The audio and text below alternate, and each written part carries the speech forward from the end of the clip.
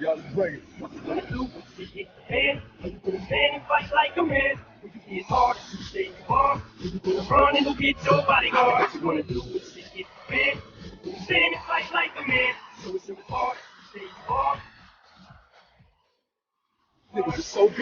Hey everyone, it's Comic Artist Pro Secrets. My name's Ethan Van Sciver. Welcome to Comics Gate Live. Some niggas came up, some just did. The way it is, it ain't many persist. Some niggas that get money, they pay niggas to back up so they can act up. They're up on the rap tongue, that's ass backwards. Them niggas just gonna keep coming back, and that's when extortion happens. You struggle to get free. I know I Ladies and gentlemen, Wang. What up? Yeah. Ladies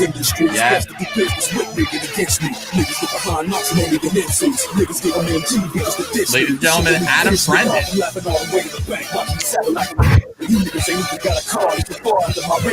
Don't even know who the fuck you are. That's right. Carlo Rowe, welcome. Hey. I can't get enough. Dr. Dre. We just got done. We all just got done, and now we're back on here. All right, everyone. It's Comics Gate Live. It's great to be with you tonight.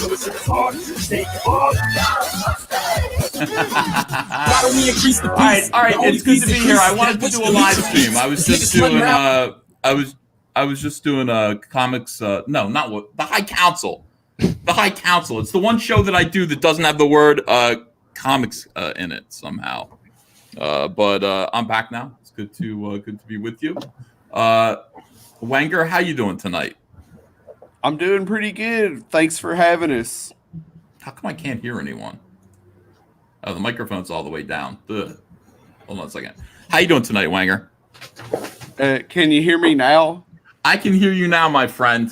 I can hear you now. Awesome. Thank you. I'm glad to be here. Hello, everybody. How are you doing tonight, Carlo Rowe? It's fantastic to have you on the show, my friend. Oh, thanks so much.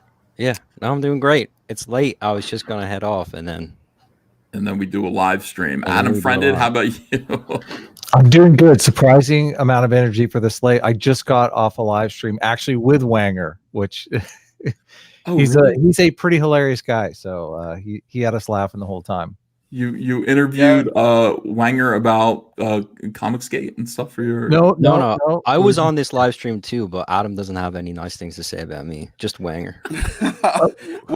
we were having a good time. I asked Adam Frienden, I said, how do you get all these people on your show? I want Preston Pelter to come on my show, and he won't respond. He won't respond to me. And I asked Adam, maybe you can get Preston to come on my show because I really want him to. That's not necessarily fair either, Carl, because I did try to back his book and I did look at his amazing artwork. So, I'm so sorry. Yeah. I shouldn't have said such bad things about a customer. I'm sorry. We got Cecil here tonight too. Welcome, Cecil. Hello. We're going to talk about a few things tonight. First of all, today is an important day that most people aren't going to know this. Most people aren't going to realize something kind of crazy happened today. And fortunately, Bounding into Comics kind of covered it. I completely forgot about it. But, look, today was the day AT&T met to discuss cutting some fat from their portfolio. Randall Stevenson says, we have no sacred cows in our portfolio. Okay. Reports and rumors that Warner Media parent company AT&T might sell DC Comics once they review their assets were bolstered this week by the company itself. On its third quarter conference call with investors, transcribed by Seeking Alpha, they went over a new 3-year vision. During that call, CEO and chairman of AT&T, Randall Stevenson, stated every business is subject to individual assessment. There are no sacred cows amongst corporate holdings. He says, we're committed to an objective, diligent, and disciplined process. We'll analyze the merits of each of our businesses individually and as part of the whole. But let me be clear, we have no sacred cows. I say bullshit. They just made $1 billion off $55 million with the Joker. That's a sacred cow. They're not fucking with Batman. No. But you don't understand. They're not going to get rid of the. Well, maybe you don't understand. They're not going to get rid of the DC Comics properties. They're going to divest themselves of the publishing wing of DC Comics. Why publish pamphlets anymore? That's the question. Why actually be in the comic book business? Are you saying the print? Get rid of the print. Who needs? That's right. Yeah, they would still own Batman. They would still own the Joker. They would still own all of those characters. What they might do is they might actually send the comic books out to IDW. Hey, you guys want to just sort of rent, you know what I mean, these characters from us and do the publishing? You can if you want to. Those of you who are still doing comics. So these characters might be kind of up for grabs in terms of publishing soon. And that's the question. So, the merger between AT&T and Warner Media was basically entirely for the purpose of creating a streaming service, which they consider that to be the future. They do not consider publishing comic books to be the future. In fact, they don't even consider television to be the future. They're losing ad revenue from all of their television programming.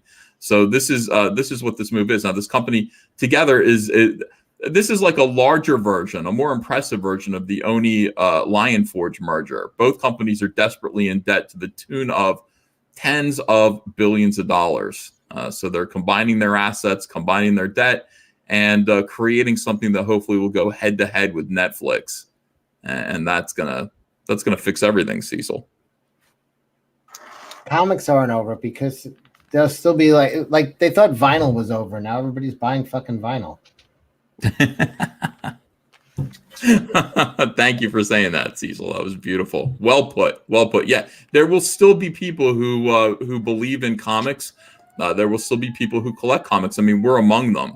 But will there be big publishing houses? Will there be a Warner Brothers owned and run publishing company? Will there be a Disney owned and run comic book publishing company? Where will the comic books go, Adam? Where will they end up? Yeah, I'm not exactly sure that the vinyl thing is an encouraging marker. So how dare you backtalk me?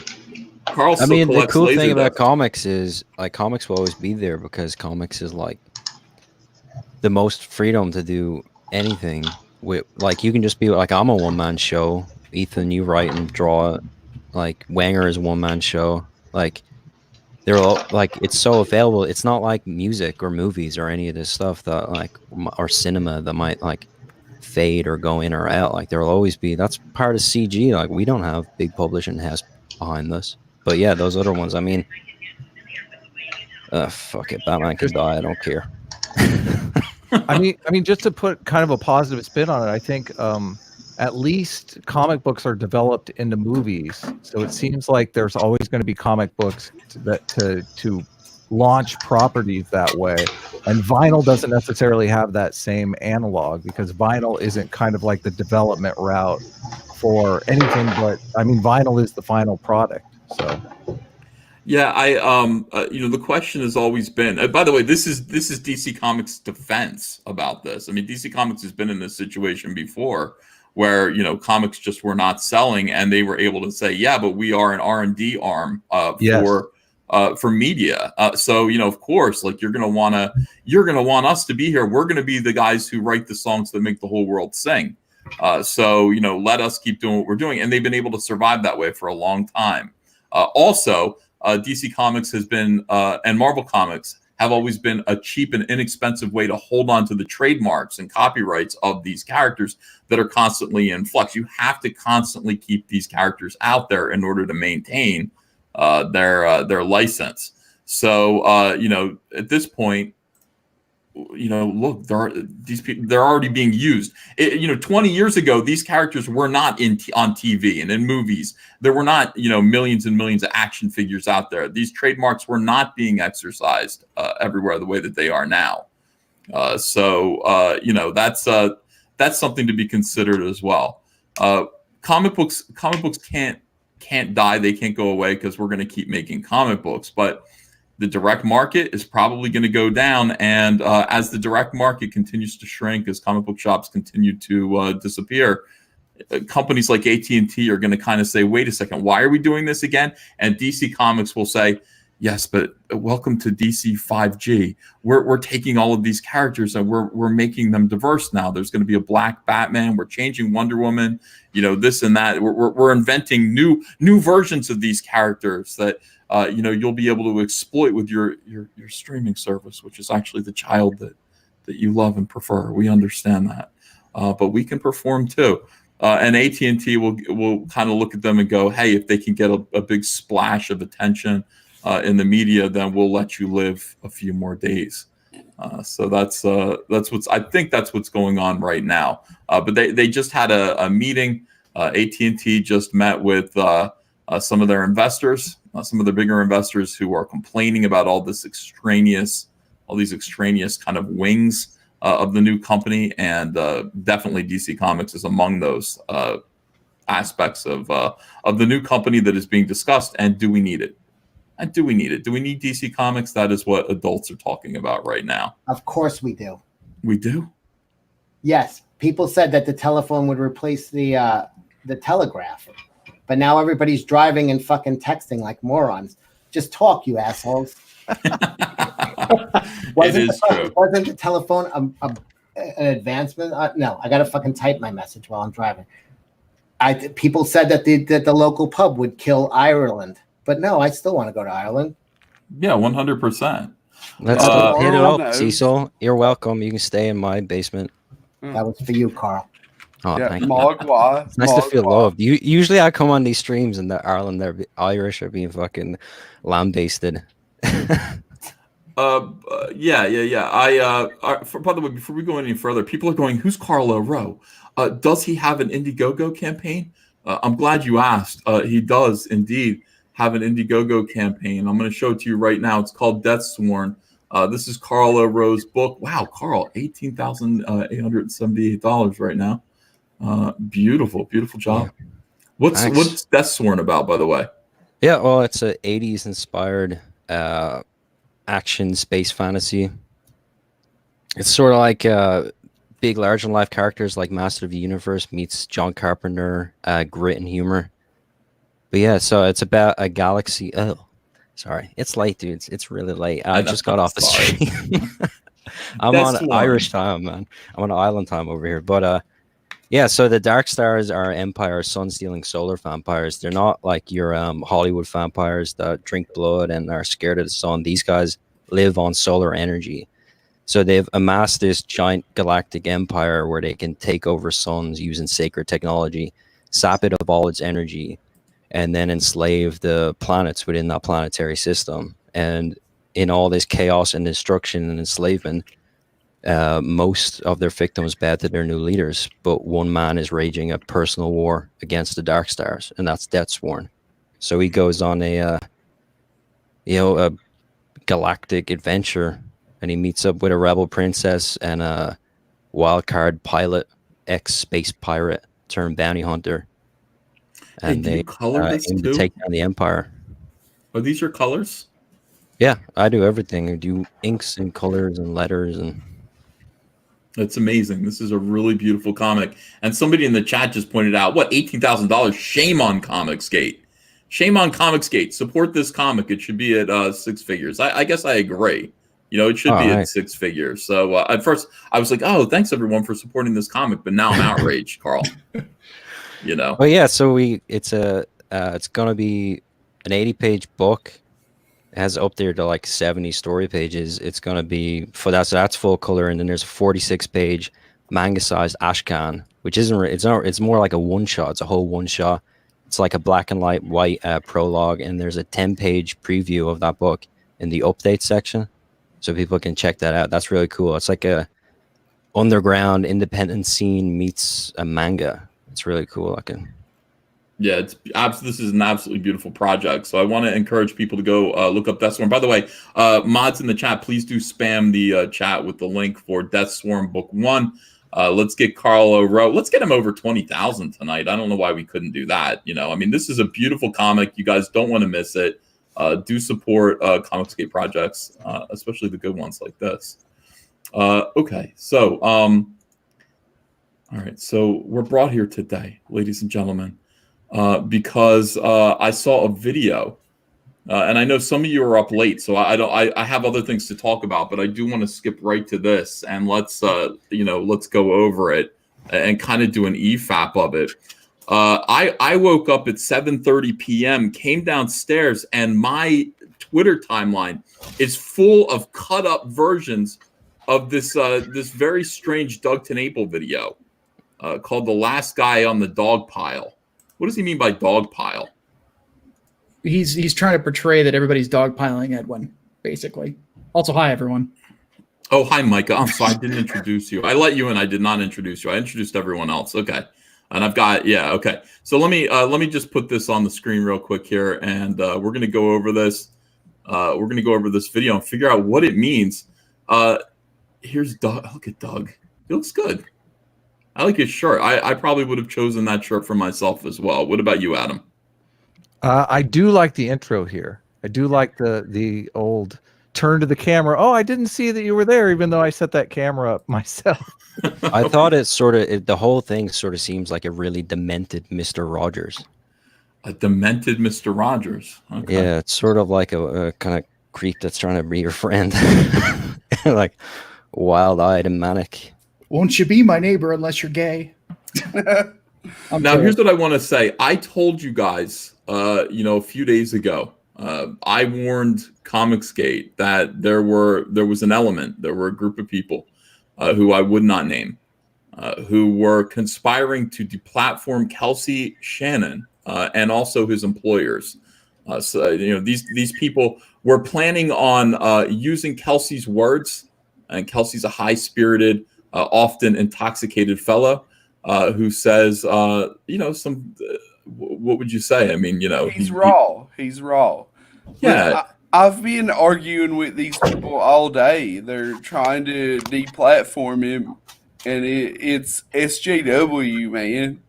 Like, So look, I said, look, I'm not going to tell you who, but I will send out a warning to those people that this isn't going to be tolerated. Like, if people are trying to create a transcript of Kelsey Shannon's words in order to deplatform him, to harm the Brightwisers deal with Walmart and everyone else who's working for Allegiance Arts, that's not something that Comicsgate's going to tolerate. We are going to stand up and we're going to oppose that, because that's really, just because it's former friends that are doing this instead of just, SJWs and mainstream comics doesn't really make a difference. We don't believe in this kind of a thing. We think this is uncool. Now, I said that, I left it where it was, and then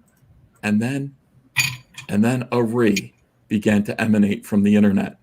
A re from certain corners of YouTube and Twitter, from people who I did not name. These people stepped forward to talk about what was going on with Kelsey Shannon, and to do so with what seemed to me to be an element of guilt. And I didn't ask them to come forward. I didn't name anyone's names, but it's funny how that happens. It's funny how you kick over a rock and the worms come out and let you know they were there all along. It's very strange. So we've got this video that popped up today. I'm going to look at it. We'll kind of determine what it means. I've seen some clips of it that were put up by certain war campaign guys on Twitter, and disagreed, I'd say, with what was said in those clips. But we'll see. Doug is Doug has a lot to say in this video. Here we go. Doug's charm. Oh, hello. Doug is an extremely tall man. In fact, he looks like the tall man, in the woods. What's that thing that it's kind of a millennial kind of Slender Man. Slender Man. But yeah, the tall man was from the Phantasm. Yep. Oh yeah. He used to enslave people in a different dimension and turn them into dwarfs and stuff. Yeah. I think that's what he did to Mike. Pretend to be a woman and would sleep with men as well. All right, let's watch more of this shit.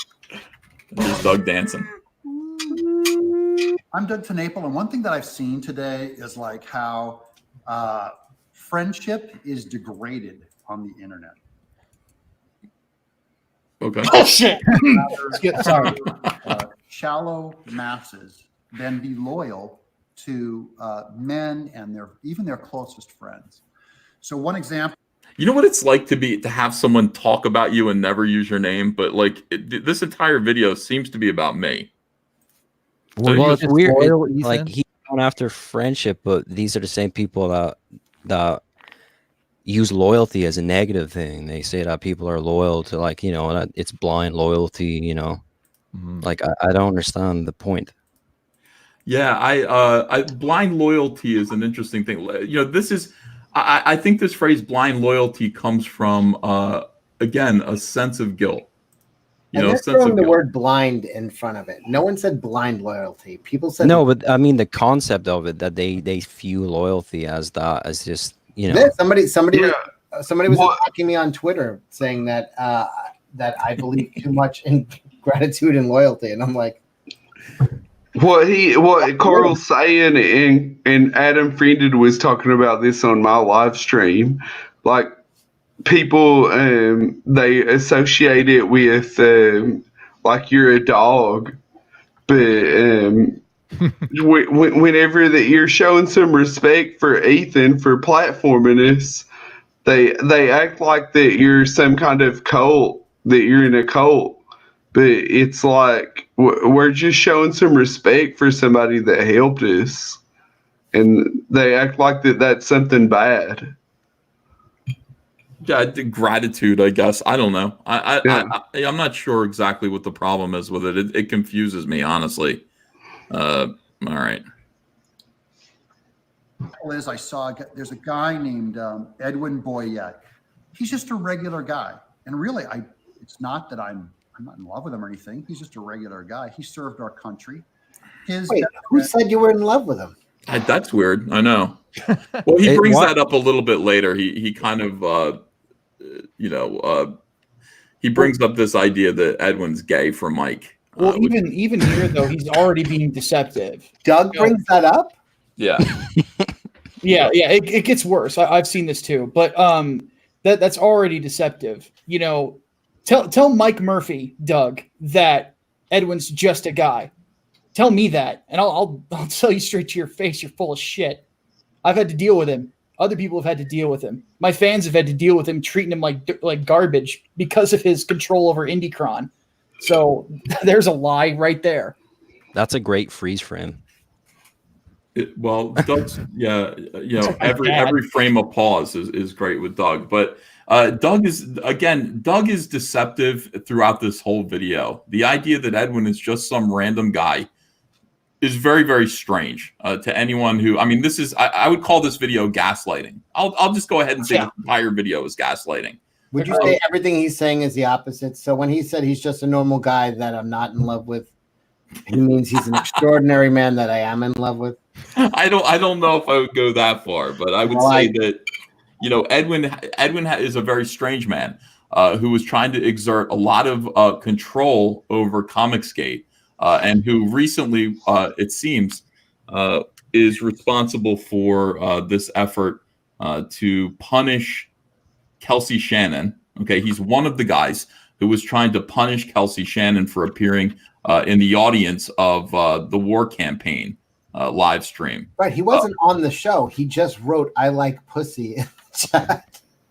Yeah. So, I think what people need to understand about this is that Doug found that objectionable. That's what angered him when he said, "I like pussy." See, so this is going in it. Yeah. No, I'm You're wondering. You're speculating. I'm going back. I'm retracing our steps here, like Batman would do. Yeah. So detective. My feeling about this is that there's a and this is my suspicion.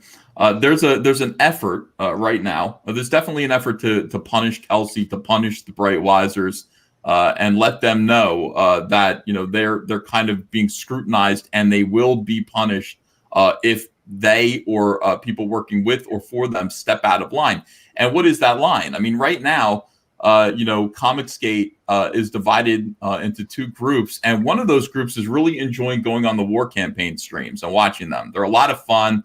War Campaign are a super fan group, and they put on a good show. Right now, their live streams are attracting more than 400 viewers, which is very impressive for a small YouTube channel.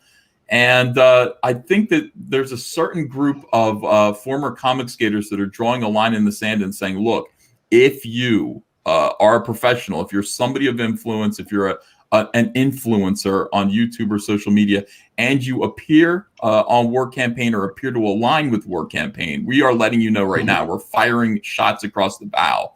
We will punish you for that. We will find a way to punish you for that. And, you know, the question is, well, who's doing this? Who's behind it? Who's behind this effort to intimidate people within Comicsgate and to control who they associate with, to control their speech? We're seeing the broad outlines of who those people are, who that group is emerge. And I think this video is helpful in doing that. All right. Mike S. Miller. Edwin is a huge supporter of comics. For the last year, he has spent his time making videos of, he'll just, he's not making money off of this. He'll just put together. That doesn't make me happy, by the way. You know that his camera is not stationary. Someone's filming it. He's got a steady cam. Hey, you could turn the volume up on that video. Oh, is it too quiet? Too. Yeah. Yeah. Okay. There you go. Sorry about that. Well, what Doug just said was, look, you know, Edwin's working tirelessly promoting comics, and he's not making money at this. And I would beware of people who are working tirelessly at something like this, like comics, something that's not a charitable endeavor. Okay. For no money. I would always ask, like, what exactly what motivates this? And then at the same time, when that same person who is working tirelessly out of the goodness of their own heart is trying to impose speech codes on comic skaters. Well, you know, Edwin acted like he was my friend for like 3 years, and I came on his show to show my comic Super Harem, and he acted like it was horrible. And then he was like, look, you know, I don't like this, but if you like it, to the audience, that's okay. He pretty much threw me under the bus. Like, he acted like he was my friend, and then he threw me under the bus. And I feel like he's done that to a lot of people. And I don't really know what Edwin's getting out of this. Like, people are saying, like, how do you benefit? You know, what are you getting from this? What do you think, Adam? What do you think so far? Well, I'm just curious because I was completely confused by this video. Like, we had done the morning show and we had talked about the situation with the Brightwisers and how Edwin was pretty much responsible for it, like the instigator behind it. Mm-hmm. So the first 9 minutes of this video is Doug saying, you know, Edwin's great, you know, dogpiling is bad. And then in the last minute, he pulls this like switcheroo about how people are attacking his friend Mitch and I guess his wife is Elizabeth. Yeah. Yeah. And like, hold on here. Like, the story has changed since I was last following this movie. What happened here? It seems like there's like a huge plot hole. The guy you were praising for the first half of the video seems to be the one that instigated this conflict. So I'm quite, like, people are saying online that Doug is like, he knows information that he's not sharing, but from my perspective, it just seems like he's kind of in the dark. But you know, obviously I don't know anything. So, well, I don't know anything either, but I'm 90% sure that it's Edwin holding the camera. Go on. All right, let's watch more of this. We'll figure it out. A tiny independent comic and make a video of it and say, will you not fund this? And people have funded these tiny comics. I mean, over 100 of them, my own campaign included. I'm Doug TENNAPEL, and I'm scared. Now, excuse me while I go jump off a building. Don't be a loser-saurus. Ape thinking is part man, part fish. There's Doug hanging out with celebrities. He's from the same plates you do, but it might be from a different apparatus. So Edwin gets smashed by the internet, and that is what the internet does sometimes if you're a public figure.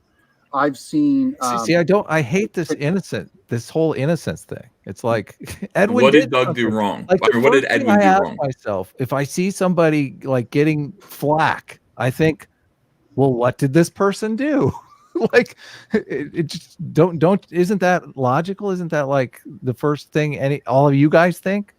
Yeah, but you see, Doug has carefully skirted that issue by manipulating you with cute imagery of him hanging out with another guy named Doug, talking dinosaurs and Earthworm Jim. So it's okay because it's cute.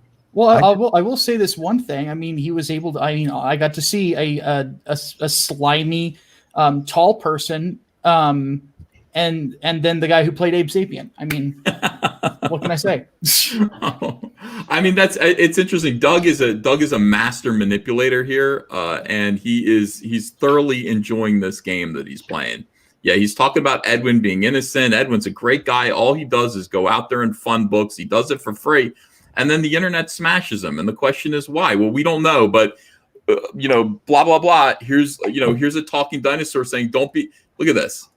From the same place Doug, you you're do, but it might be from oh, a different you are. apparatus. You're a riot, Doug. So fun. Edwin gets smashed by the internet, and that is what the internet does sometimes if you're a public figure. I've seen. And by the way, this is a tactic too. This is a manipulation tactic, which is to give the person you're trying to argue with something. You concede something to them. It's like, yeah, he got smashed, and that's just fair play on the internet. We don't talk about what he was, what the reason was, why it happened. Doug's an innocent, wonderful guy. This is just, that's the internet. It's fair enough. It's the manipulation in this video, just 1 minute and 39 seconds in, is it's awe striking. Well, can I add something to that real quick? I think he's actually playing a more sinister game here. I think that he's trying to put up this idea that people on the internet are trying to cancel Edwin. And it's the same game that Edwin tried to play with me and tried to suggest that I was going to try to get Chuck Dixon canceled. Yeah, Wenger's already laughing. He's like, "What the fuck?" But no, I think that's the game he's playing here. Is he's trying to make it seem like there are all these bad people out there that are part of the secretive rainbow coalition of gay mafia that are trying to destroy Doug TENNAPEL, and War Campaign's part of it or something. Like it's ridiculous. He's trying to make this out to be what it isn't. For the record, I don't want to see Edwin go anywhere. I want Edwin to stay on YouTube forever. Oh yeah, sunlight is the best disinfectant. I want right? Doug to be on YouTube forever. Like these, keep making videos, guys. Seriously, we don't want to deplatform anyone. Exactly.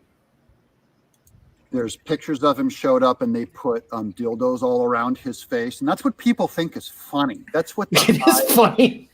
It is funny. I will say this. First of all, they're not penises. They're just pieces of rubber shaped like penises. But, dildos are basically, at this point, the same thing as pies. Wait a second. Let me think about that before I say that. Considering what I do with pies. But it's the same thing. In olden days, when there was somebody who normally commanded respect, the way the rabble, the way the people, the way the citizenry would show disrespect for them was by throwing pies in their faces. And if we go back even further, Doug, to Roman times, people who were in positions that commanded respect and authority, Roman citizens used to, draw them sucking penises on the walls. They would draw penises going into them. They would actually draw real. That was the way citizens kind of exerted their sense of power, their complaints, or their mockery of people who were insisting that they deserve respect. That's just interesting. So going back to ancient times, putting penises on people's heads, that's what people did. That was satire, of course. Yeah. I don't think it's actually funny though if it's someone that doesn't deserve it though. I think part of the fun is that these guys actually did something. Like you gotta the motivation is part of the component is a component of this. Yeah, they're not being fucking bullied. They got to fight with people. Yeah, exactly. He's talking like they're just like the the kid on the school ground that everyone didn't like. No, they're going after people that are bullying people. That's right. And Doug doesn't want this happening to him, but this is the kind of thing that needs to happen to Doug. You know, it's like those dildo memes are entirely appropriate for Doug and a lot of his behavior. You know, for me too. I mean, feel free to do that to me. It's, you know, I am a figure who, you know, you might want to complain about. You might want to make memes of me. If it happens to me, that's part of being a public figure. I think we draw the line when it comes to, like, you know, if somebody were doing that to Doug's wife, that would be a fucking line. That would be a disaster. Totally. If somebody were doing it to just somebody who was not looking for trouble, who wasn't, you know, that would be bullying. That would be a serious problem. But we're on the internet all day, and some people like us and some people don't. And, you know, we have to kind of just accept the fact that people are going to, the internet is going to respond the way the internet responds.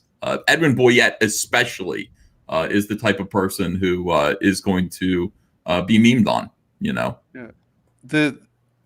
Doug is somebody who's platformed me a lot, and I have respect for that. It just like I would Ethan.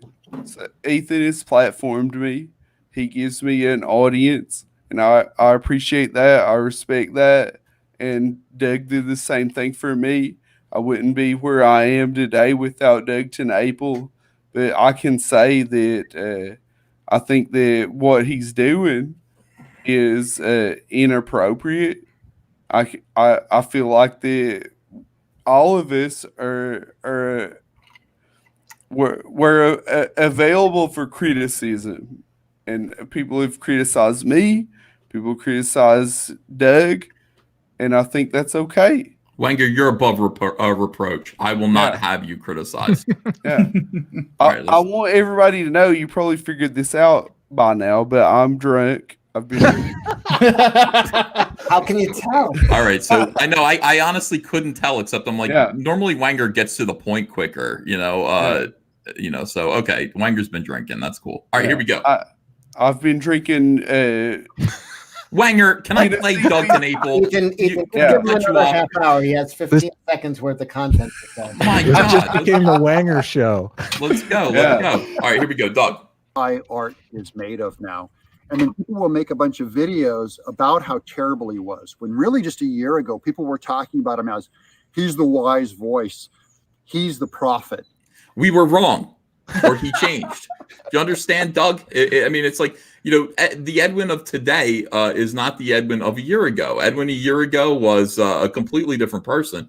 You could go back and watch those videos. Yeah, Edwin has actually completely changed his objective, what he's talking about. He's no longer Comicsgate. He's now, I'm for all independent comics. What the hell does that mean? Yeah, Doug, by the way, there's video of you from less than a year ago saying "Hail War Campaign." So that's right. Playing Dungeons and Dragons on that stream. Fuck off. Yeah. All right. And then everyone just does this massive dog pile. Now, mobs are the queerest, stupidest, crybaby weirdo SJW thing on the internet. It's where mobs of people dog pile on, and you're the last man on the dog pile, and you think you're deep. You think you're so bitching for putting in your anger and hit this guy, last guy on the dog pile, and aren't you deep? Aren't you a big man to go after a guy who has only mass supported? Doug, we're if Edwin is receiving criticism, you know, he's receiving criticism because he is actually telling masses and masses of people that they are not allowed to speak their minds on Mike S. Miller's Fun, Drawn, and Quartered show. He's blocking people. He's taking people's wrenches away.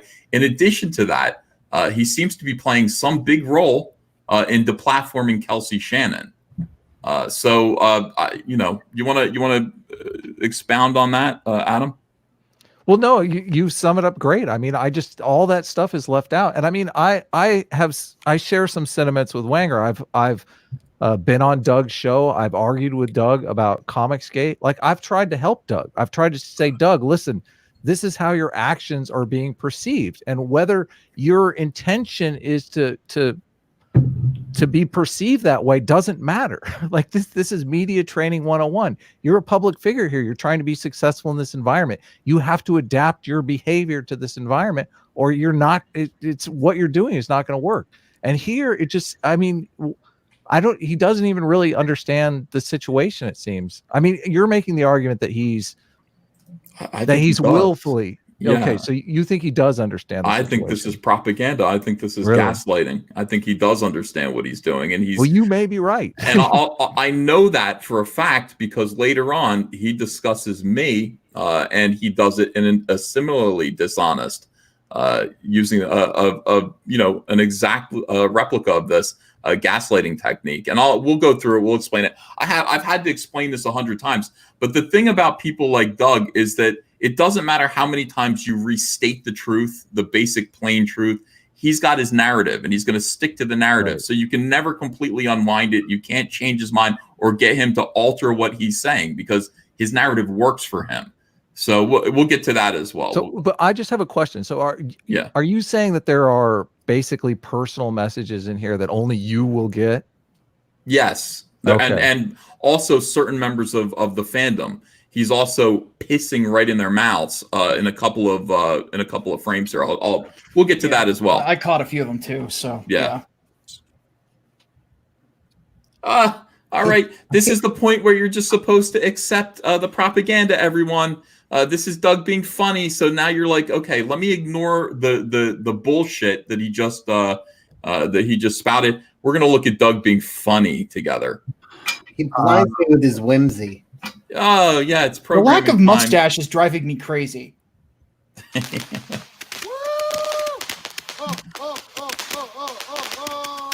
Can you? It must be unbearable living next door to him. Like he lives in a really nice neighborhood. Do not be a losersaurus. So out of all these guys that are getting their comics attacked, only one guy stood up. A guy named Jeff Lafferty. Do we know that guy? Jeff Lafferty, I think, is a guy who does Berserkernauts. Yes. And Jeff Lafferty made a hateful video about me last week. Okay. Yeah, and I went in there, I watched it, and it was pure stupidity. Right. And does it surprise me that Doug TENNAPEL is supportive of anyone suddenly who makes a hateful video about me? That is completely devoid of facts. That's just he calls me like he's like, we could go back and look at that video if you want. Yeah, I saw that video, and he doesn't address anything that's happened. He just states he's on Edwin's side and then just insults you, like just keeps on insulting you and just doesn't even address anything. Yeah, it's like they're bullying Edwin. It's like, do you understand what Edwin's doing? It's like, do you understand what Edwin's up to? Like Edwin's actually, is this a matter of a contest between like, who's more important to the community, Kelsey Shannon, your own voice, or Edwin's feelings? I mean, I guess that's what it comes down to. I mean, if you value Edwin more than you value Kelsey or your ability to speak your mind, then you might make a video like this. Look at Doug in bed. Everything is about Doug being cute. Here's Doug being cute. By the way, like the first week Doug came on the scene last year, we were talking about him, and then I said I find him insufferable, and that's the only word that keeps coming to my head when I'm watching him. I'm like, fucking insufferable. Yeah, this video is very pretentious. Oh my god. Author and artist of Berserkernaut. And he's a real man. He is. Came out and defended Edwin. No one else who Edwin supported came and defended him. They sat because he's indefensible by anyone who knows what's going on. Yeah, exactly. There's one guy that defended Charles Manson. It's his defense attorney. Okay, like, but it's not even that. It's how wimpy this whole thing is. It's like these guys are on internet drama talking about what's a man and who's a man. It's like, turn off the fucking Twitter, you boomer. Like, stop getting hypnotized by these YouTube rays. Just turn it off. You're not a man. Fucking look at you. The mute button exists. Just stop getting hypnotized. Stop getting into this fucking Twitter black hole. Like, something happens with these guys. Like, I don't know what it is. Maybe But it's I'm Edwin younger will- and I grew up with this fucking internet and I know it's all bullshit. But I mean, fuck. Well, Doug spent his entire life being like, they hate me because I'm a Christian. It's like, no. It's like, no. They hate you because you're a fucking asshole, Doug. And he's like, because I like Christ. It's like, no. It's not that exactly. He just convinced himself like it's anything other than him being a fucking insufferable asshole. Yeah. Well, that would force him to modify his behavior, I think, and that's a tough thing for some people to do. Yeah. All right. Here we go. They're like cowards. These are people who I would never miss as a friend. They're not true friends, because Edwin's the kind of guy who supports your work. Unless you're Kelsey Shannon, unless you're War Campaign, Edwin is no different than anyone else. Edwin is supporting the people that he personally likes and has no problem with. Edwin will occasionally silence somebody who's criticizing him by making a gesture like, "Oh, okay, Ethan's currently criticizing what I'm doing, so let me just go over to the CyberFrog, IndieGoGo, and everyone supports CyberFrog." You don't have to do that. I don't want your support, in exchange for your bad behavior, excusing your bad behavior. I don't want that. What I would like is you to just allow Comicsgate to be Comicsgate. Let these people have their say. That's kind of what I'd like. And I would like you to stop advising people like Mike to make horrible moves on his own behalf. I don't think Edwin, who has no financial stake in this or understands comics at all, should be giving Mike advice about what he should be doing about anything. Now, the results of that are going to be terrible. I mean, the end results of what Edwin is doing to Mike are going to be catastrophic for Mike.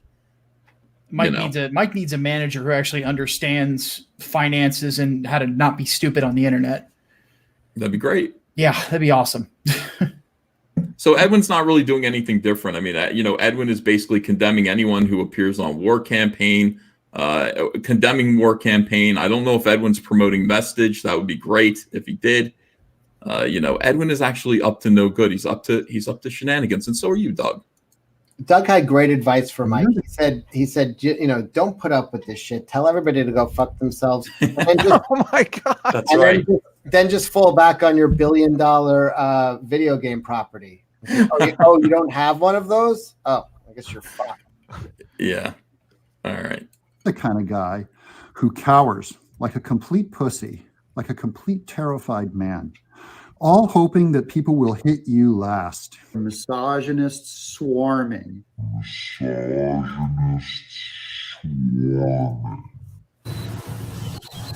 This is like a David Lynch movie. Here's Doug being self-effacing.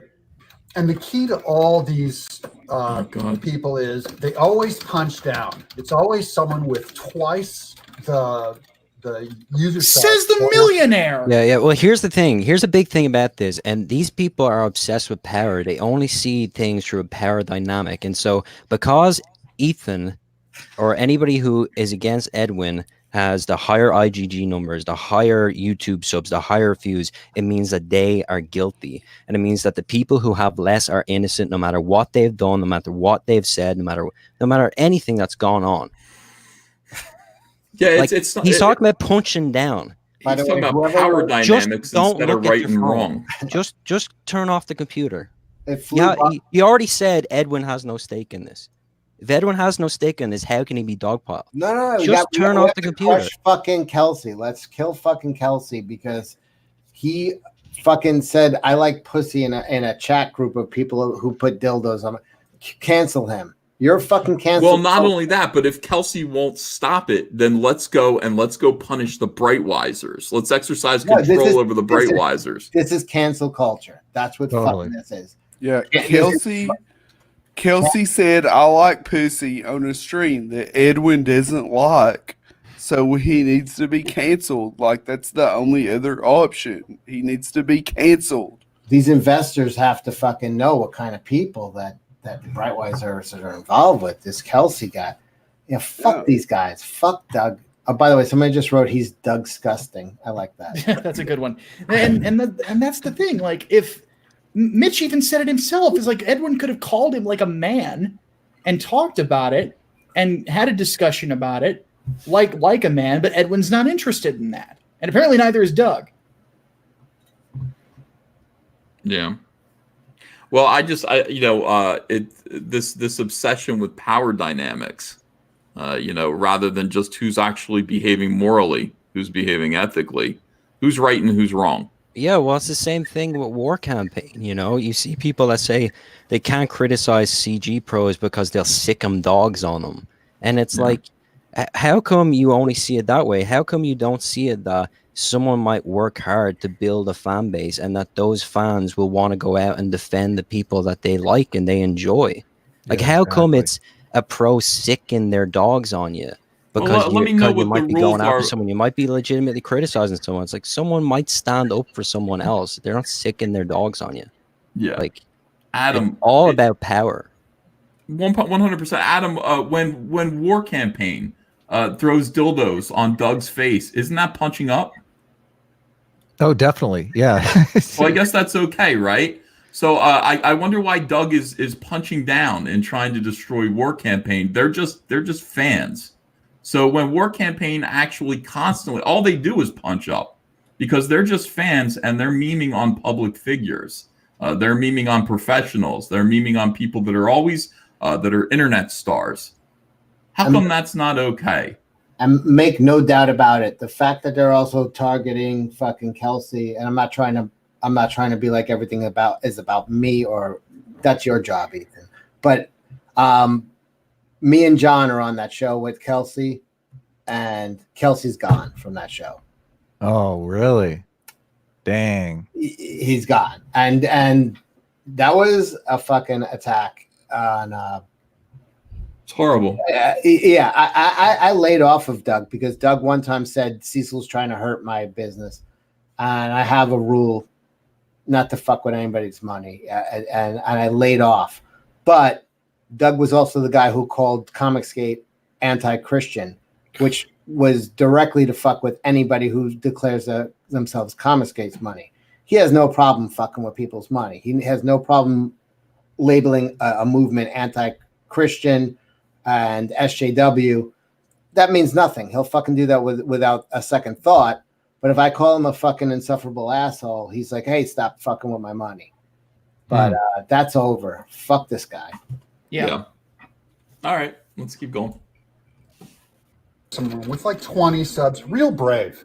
Big man, big tough guy. Really, they're doing incredibly gang-like group dog piles is what they're about. That's what makes them happy.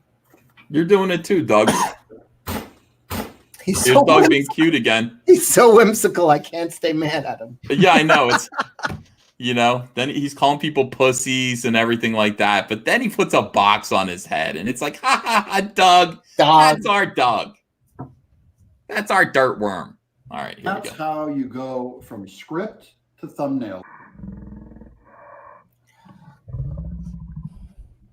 I blame you, Ethan, for bringing this fucking cancer into. Dude, I told one time Shots fired. Blame you. One time I told Doug, I said, Doug, you're the guy in Walking Dead who brings the zombie into the camp and says, yeah, but he was once a person. And I couldn't have been more wrong. That was me. That was me who did that to Comicsgate. I brought Doug in here. I was like, he was once a person. You brought him into the safe zone. Yep. Oh, God, it's so dumb. All right, here we go. Doug, please don't drum. Look at all the toys I have, everyone. Look at all the toys I have. I'm very, very fabulously wealthy. I do not share your concerns. I do not share Mike's concerns. I do not share Edwin's concerns. I don't share Comicsgater's concerns. I like the chat. Hashtag blame Ethan. Hashtag kick Ethan. Oh, good Lord. All right. They always not only hit down, but there's always like a guy on the right and a guy on the left, the lower left quadrant, the lower right quadrant of the giant circle jerk going, yeah, You're right, boss. You're the one, boss. Remember the guy? That's you again, Doug. That is you right now. You've got, you've positioned these other poor unfortunates to do that for you. You're right, Doug. I could look at your comments to this video. You've got the same thing going on. You're assembling a mob right now, and you've got Edwin, who you're flattering into continuing terrible behavior. You've got Mike, who you're flattering into continuing to destroy himself, to destroy his career. Their mob is assembled under false pretenses, though, because they're making the case that these people are innocent victims, that we're just a gang of thugs. Like, try to get 5 guys to sit around on a live stream and make fun of somebody that's done nothing wrong. Like, that's impossible. Yeah. Yeah. And also not punching down. Punching down is such an SJWism. I know. It's such a, like, they always say that about comedy. You shouldn't punch down in comedy and all this shit. I don't, like, you have to be a complete ideologue to believe that. Like, this guy is purely innocent because he is weak. Totally. The false accusations, they shoot up because people are trying to take out people as they gain status. I mean, it's pretty pathetic to all these guys that they have to have, like, other guys, like, come out and give them these hugs on YouTube and stuff and, like, cradle them. Like, this is pathetic for everybody involved on that side of it. Like, that you have to have these guys come out and big you up and say that you're a man, but you're weak, but you're getting dogpiled, people punch down in you. It's like, he's no fucking puppy, you know? I'm a Christian. I live Jesus. I live everybody. I'm gonna say, look, listen to me, okay? I love whiskey. Yeah. Let me tell you something, Doug. You don't judge people and say, look, this is what you should be doing. That's not what Christ would do. Okay? Christ lives everybody, and I live everybody. That's what I'm saying. So that's all I want to say. Amen. Amen. All right. Plank in your own eye. You're dead on, brother. All right, let's see. Hopefully he doesn't drum anymore. And I hope there are more scene changes, funny scene changes here. And all the cartoons like, you're the boss, Spike. You're the boss, Spike. Yeah. Remember in Christmas Story? This is Manic. Have you noticed that this is like pure mania? Like, this is a manic video. Doug is on the manic side of the spectrum right now. Very excitable, which is interesting because I haven't spoken about Doug in a long time. All I did was say that there was a conspiracy of former comic skaters who were seeking to deplatform Kelsey Shannon for appearing in the chat of the War Campaign show. And that conspiracy extended towards threats of deplatforming and destroying the deal that the Brightwisers had created with Allegiance Arts and Walmart. That's weird. I don't know why Doug is crazed in this video right now, talking about this, protecting Edwin. That's weird. That's odd behavior. It's like if I were just 2 more IQ points, I could figure this out. And I can't believe he's making Edwin walk all the way around the house filming him.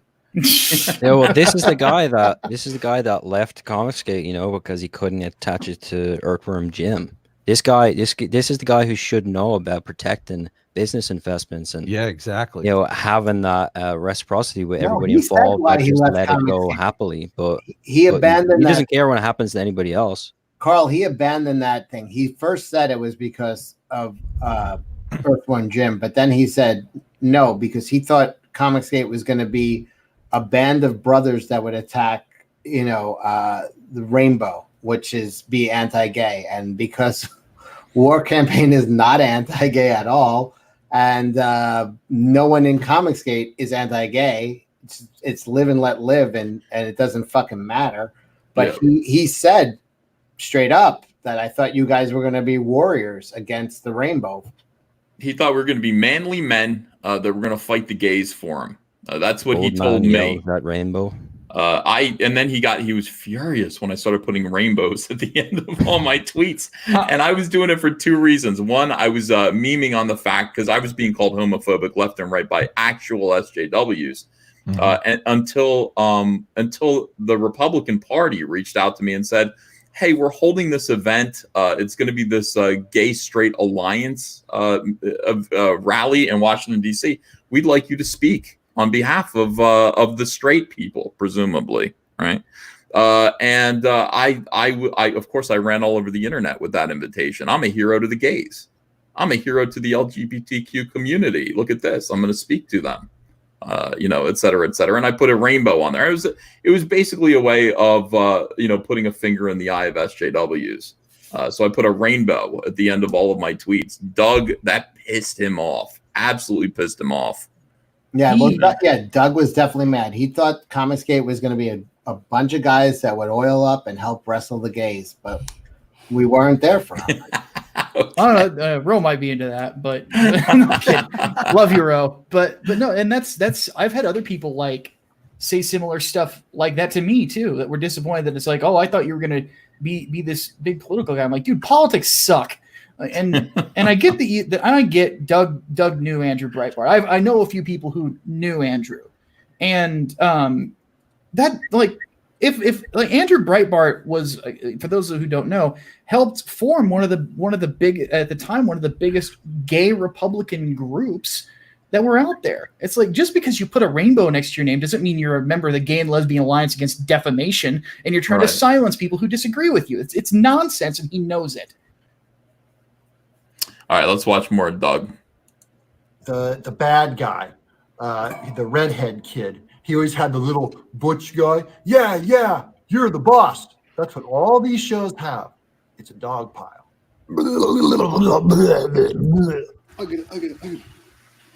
I can't stay mad at him. I just can't. It's just, he's so fun. Like, can you imagine this? What the fuck? Oh, God. Fucking, where is he from? Planet Tryhard? We got to. What's going on? What's going on here? Oh my God! I don't know. How did this get in there? Who put Rob Willis in a dryer? So what is this? That's Reagan. I love Reagan. Reagan's that's great. Reagan. Okay. Yeah. Why did he throw him in the middle of this thing now? Oh, would you not throw him in there? Look at him. Yeah. He's an Adonis. Fair enough, but it just seemed to go against his. Okay. All right. Here we go. I didn't need to get aroused in the middle of this video. Is what I'm trying to say. Trying to be angry. All right, here we go. And Mike Miller. Oh wait, hold on. I got to rewind it because that's why on other shows. Rewind it to the naked. We know why you're rewinding. Yeah. So the real key is that Edwin and Mike Miller are manly men. We're men.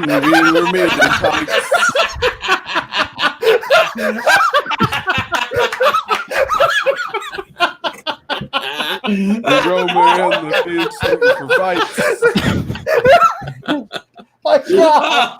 What? The key to what?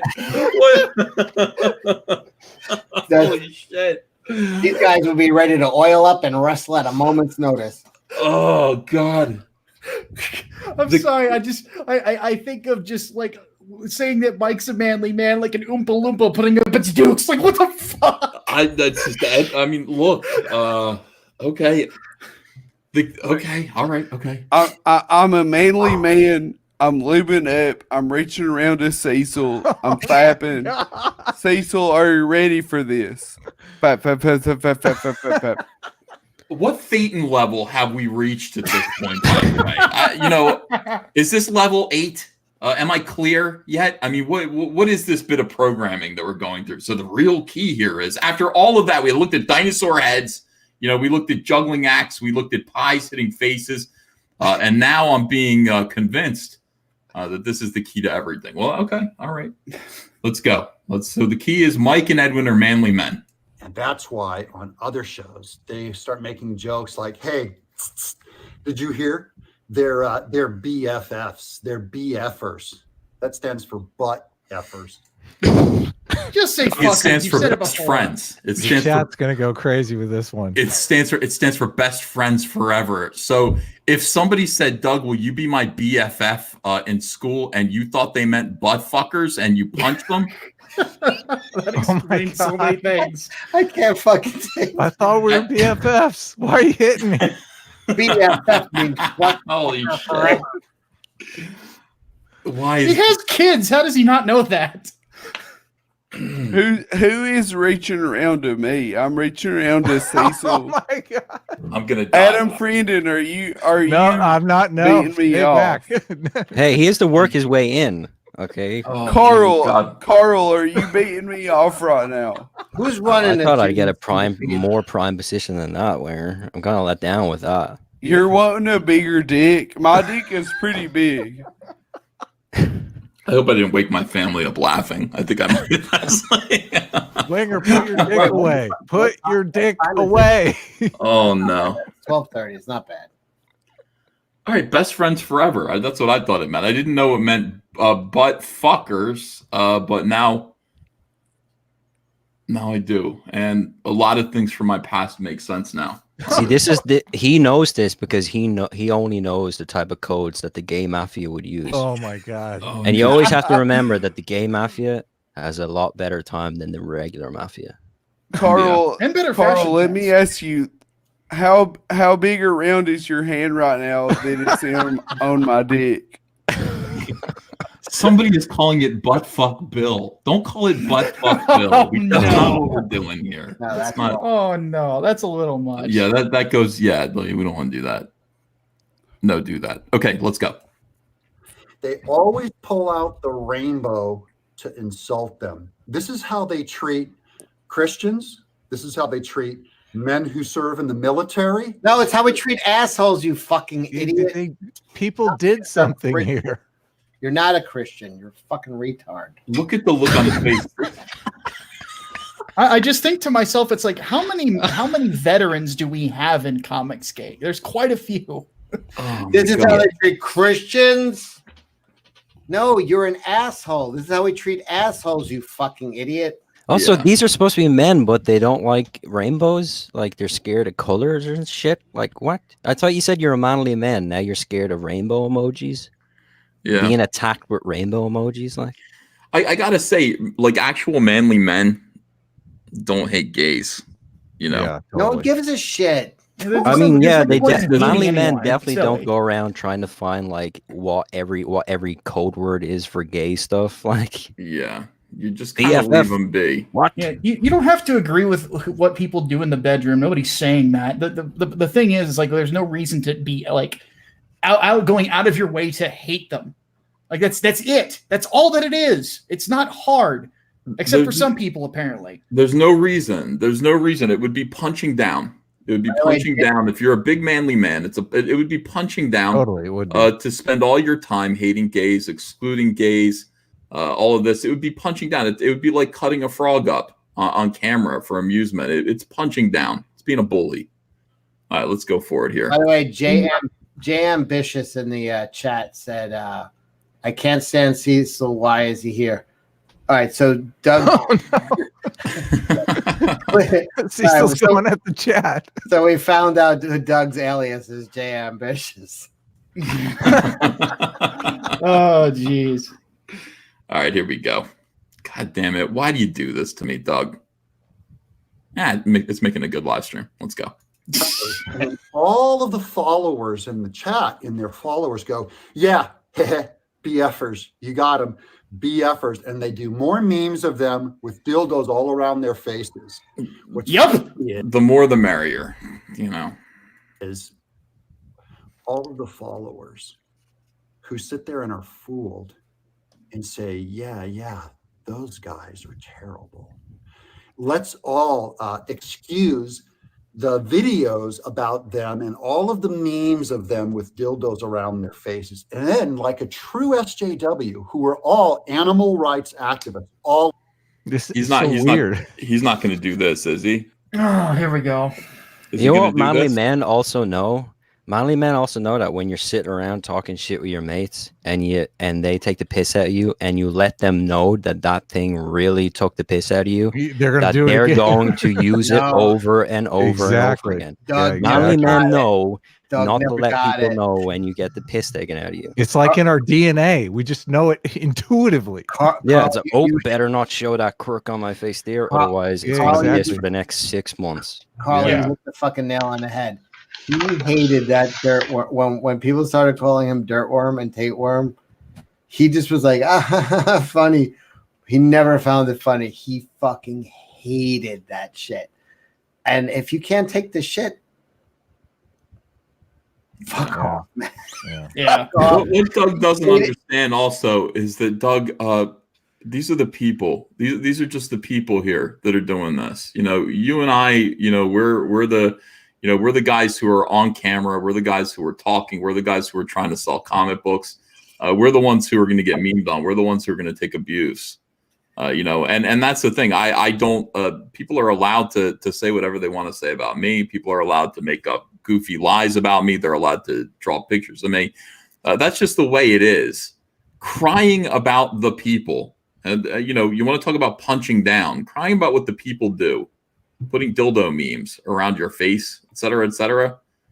It's not becoming for a man who lives in a mansion in Los Angeles.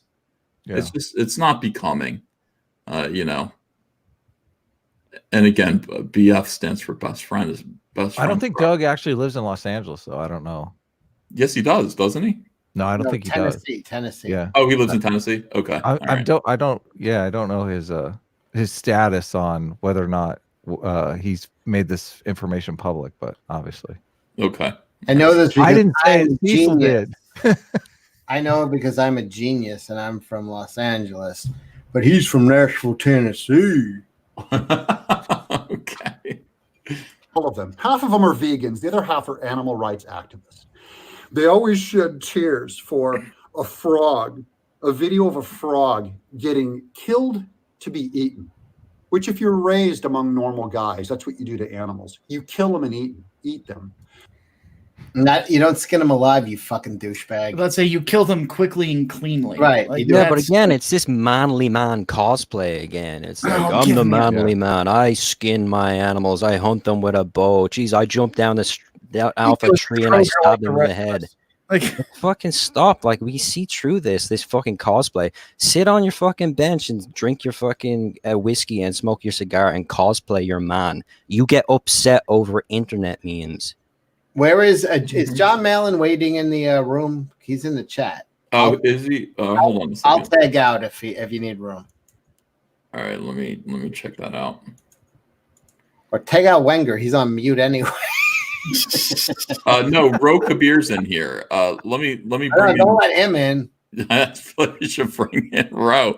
I don't see Mike in the chat. No, chat. No, not Mike. John Malin. Oh, John. I mean, yeah, John. Malin, get in here. I can take off too. It's not a big deal. If you need room, I'll fucking. No, Adam, I want you to stay here.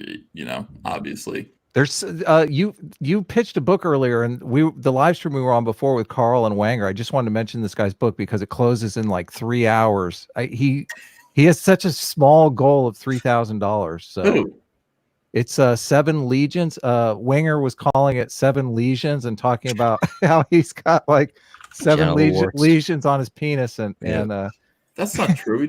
This guy, it's okay. It's 7 legions. It's not about. I put it in the chat. He's actually reached goal. He's reached goal. Yeah, He's He's at 31. Yeah, guys, please support 7 legions. This book looks great too. Everybody's so fucking good. Everybody's really good.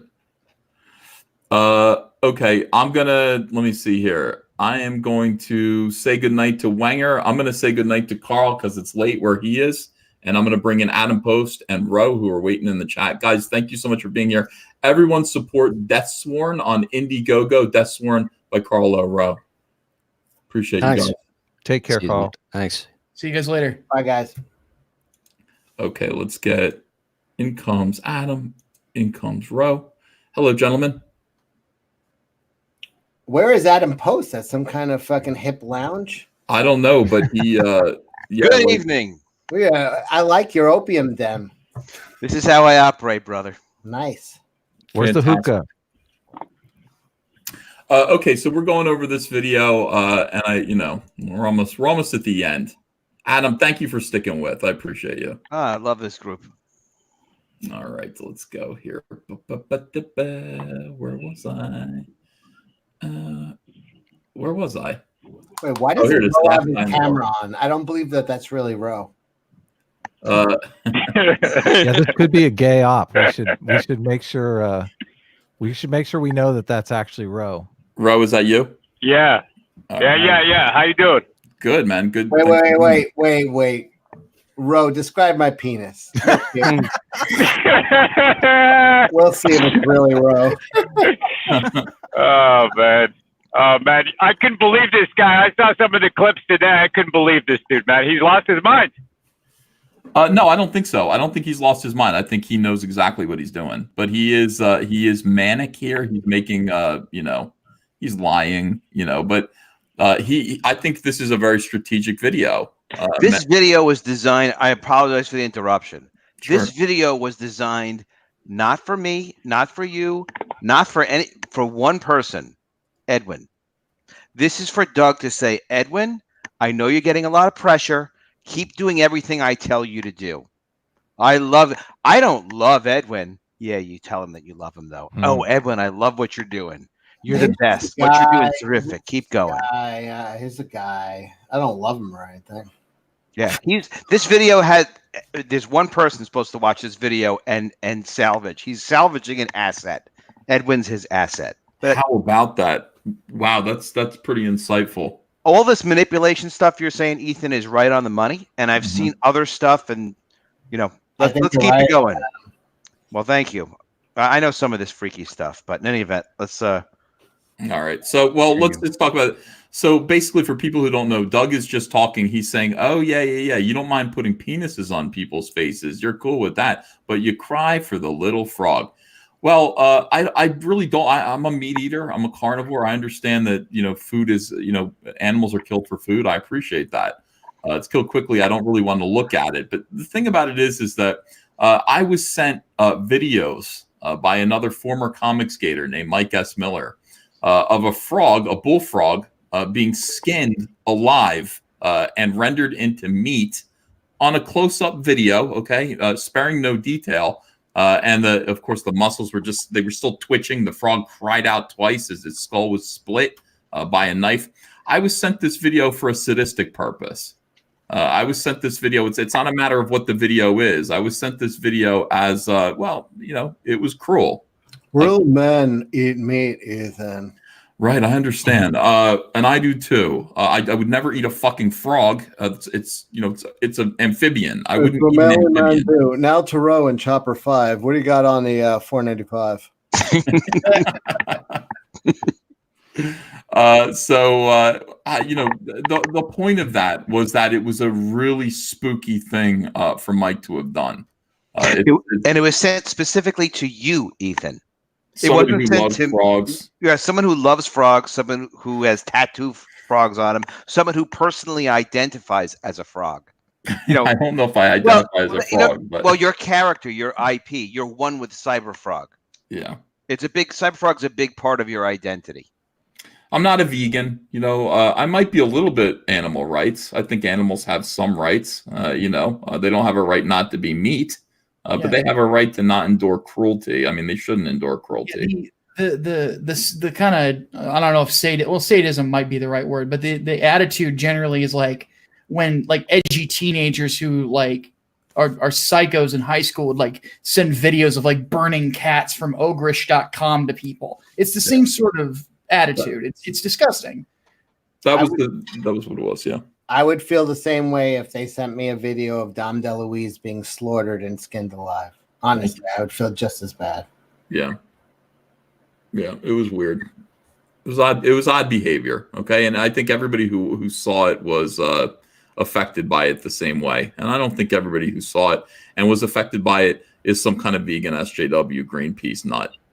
This is just Doug being insulting and Doug gaslighting and Doug being cruel, Doug being thoughtless, Doug lying. Okay. All SJW animal rights activists show great compassion to animals and incredible callous towards human beings. No, I don't want to see human beings skinned alive either. Okay, I don't want to see anything skinned alive. It's a physical pain. I don't want to see people in it. I don't want to see animals in it. And also, I don't want to send images of people or animals in physical horrible pain to people who I'm fighting with. I think that's fucked up.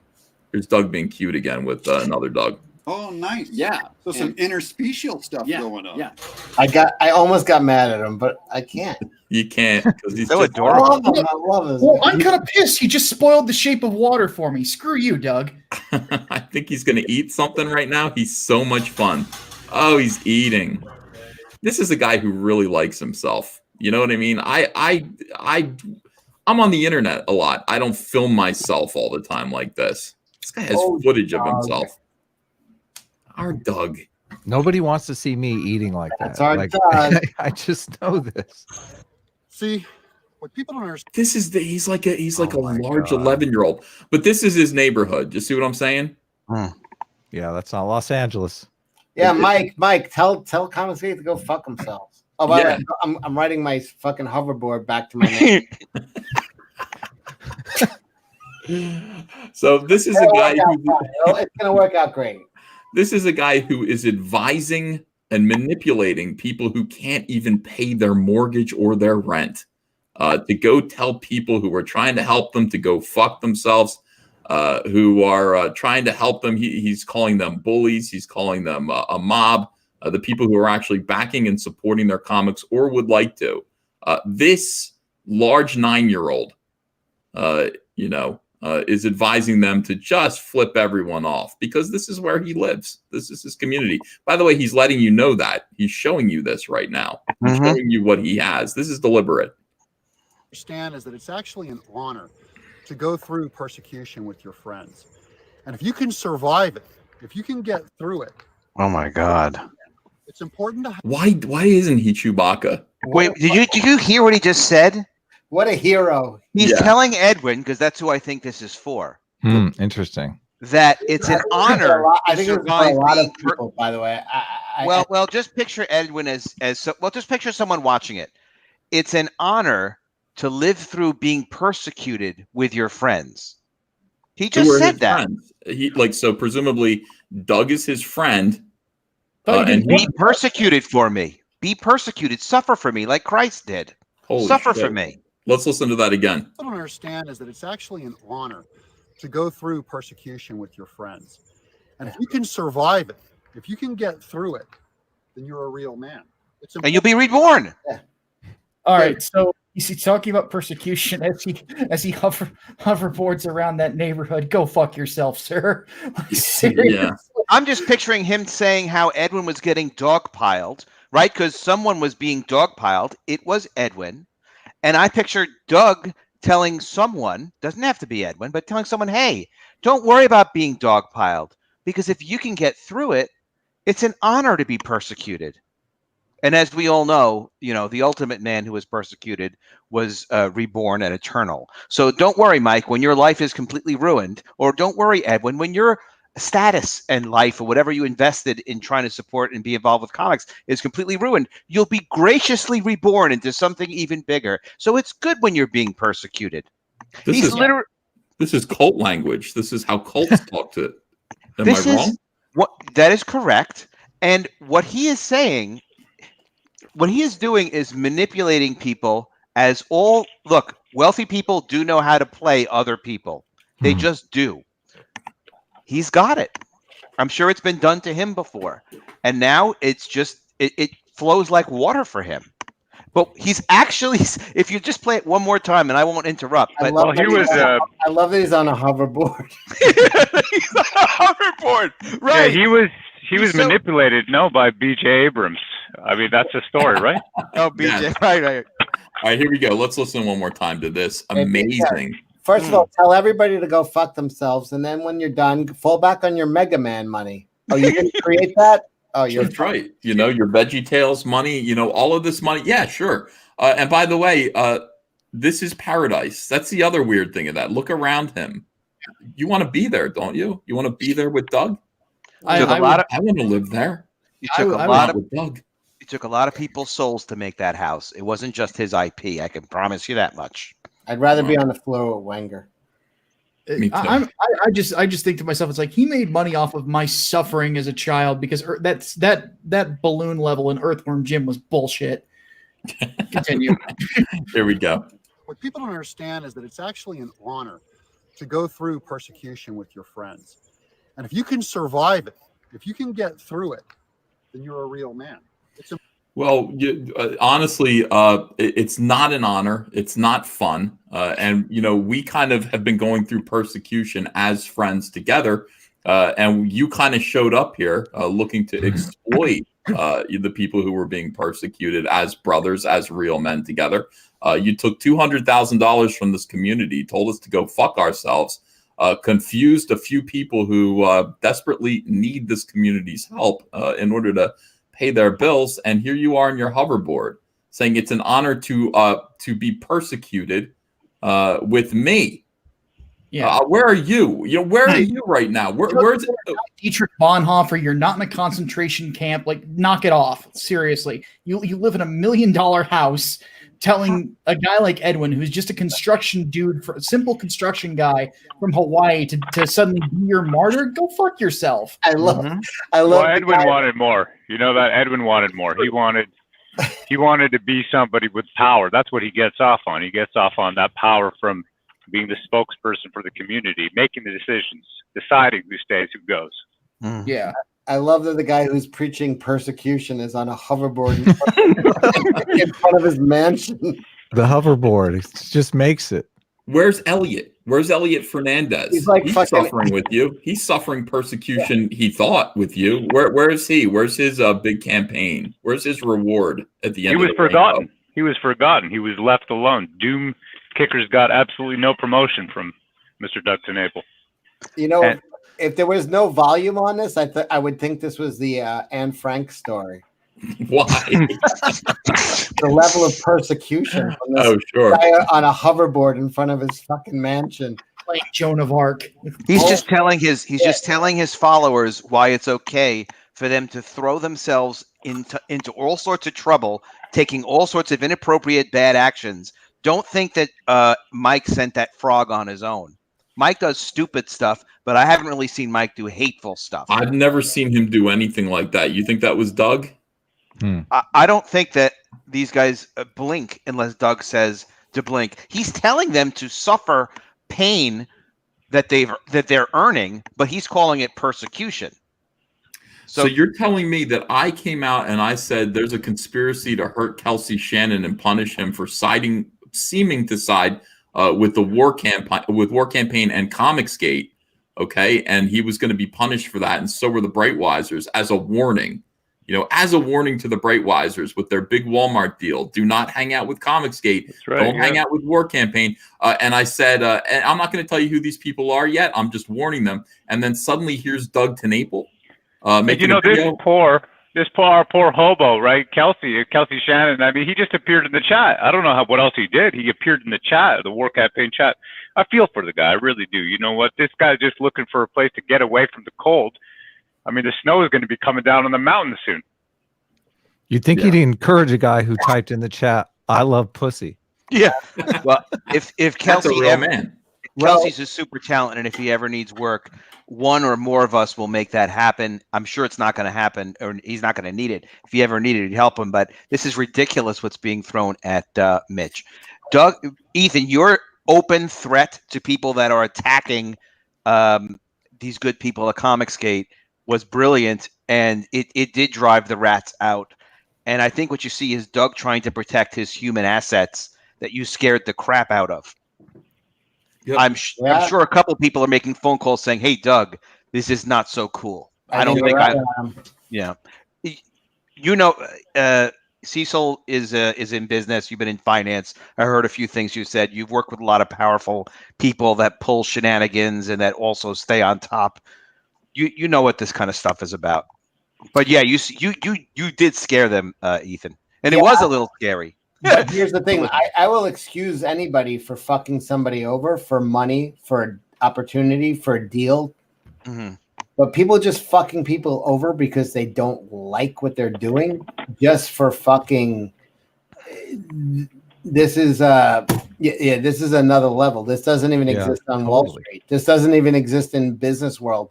This is, hey, I'm going to fuck over Kelsey Shannon, a guy who's been working for over 20 years in the comic industry, because he said pussy in a fucking, like, yeah, that's you crazy. Don't make any money from it. I don't give a, like, if you're going to make money and you're going for a deal and you guys are in competition, then you know what? Fucking the gloves are off. I got you. But if you're Mind just you, CECIL.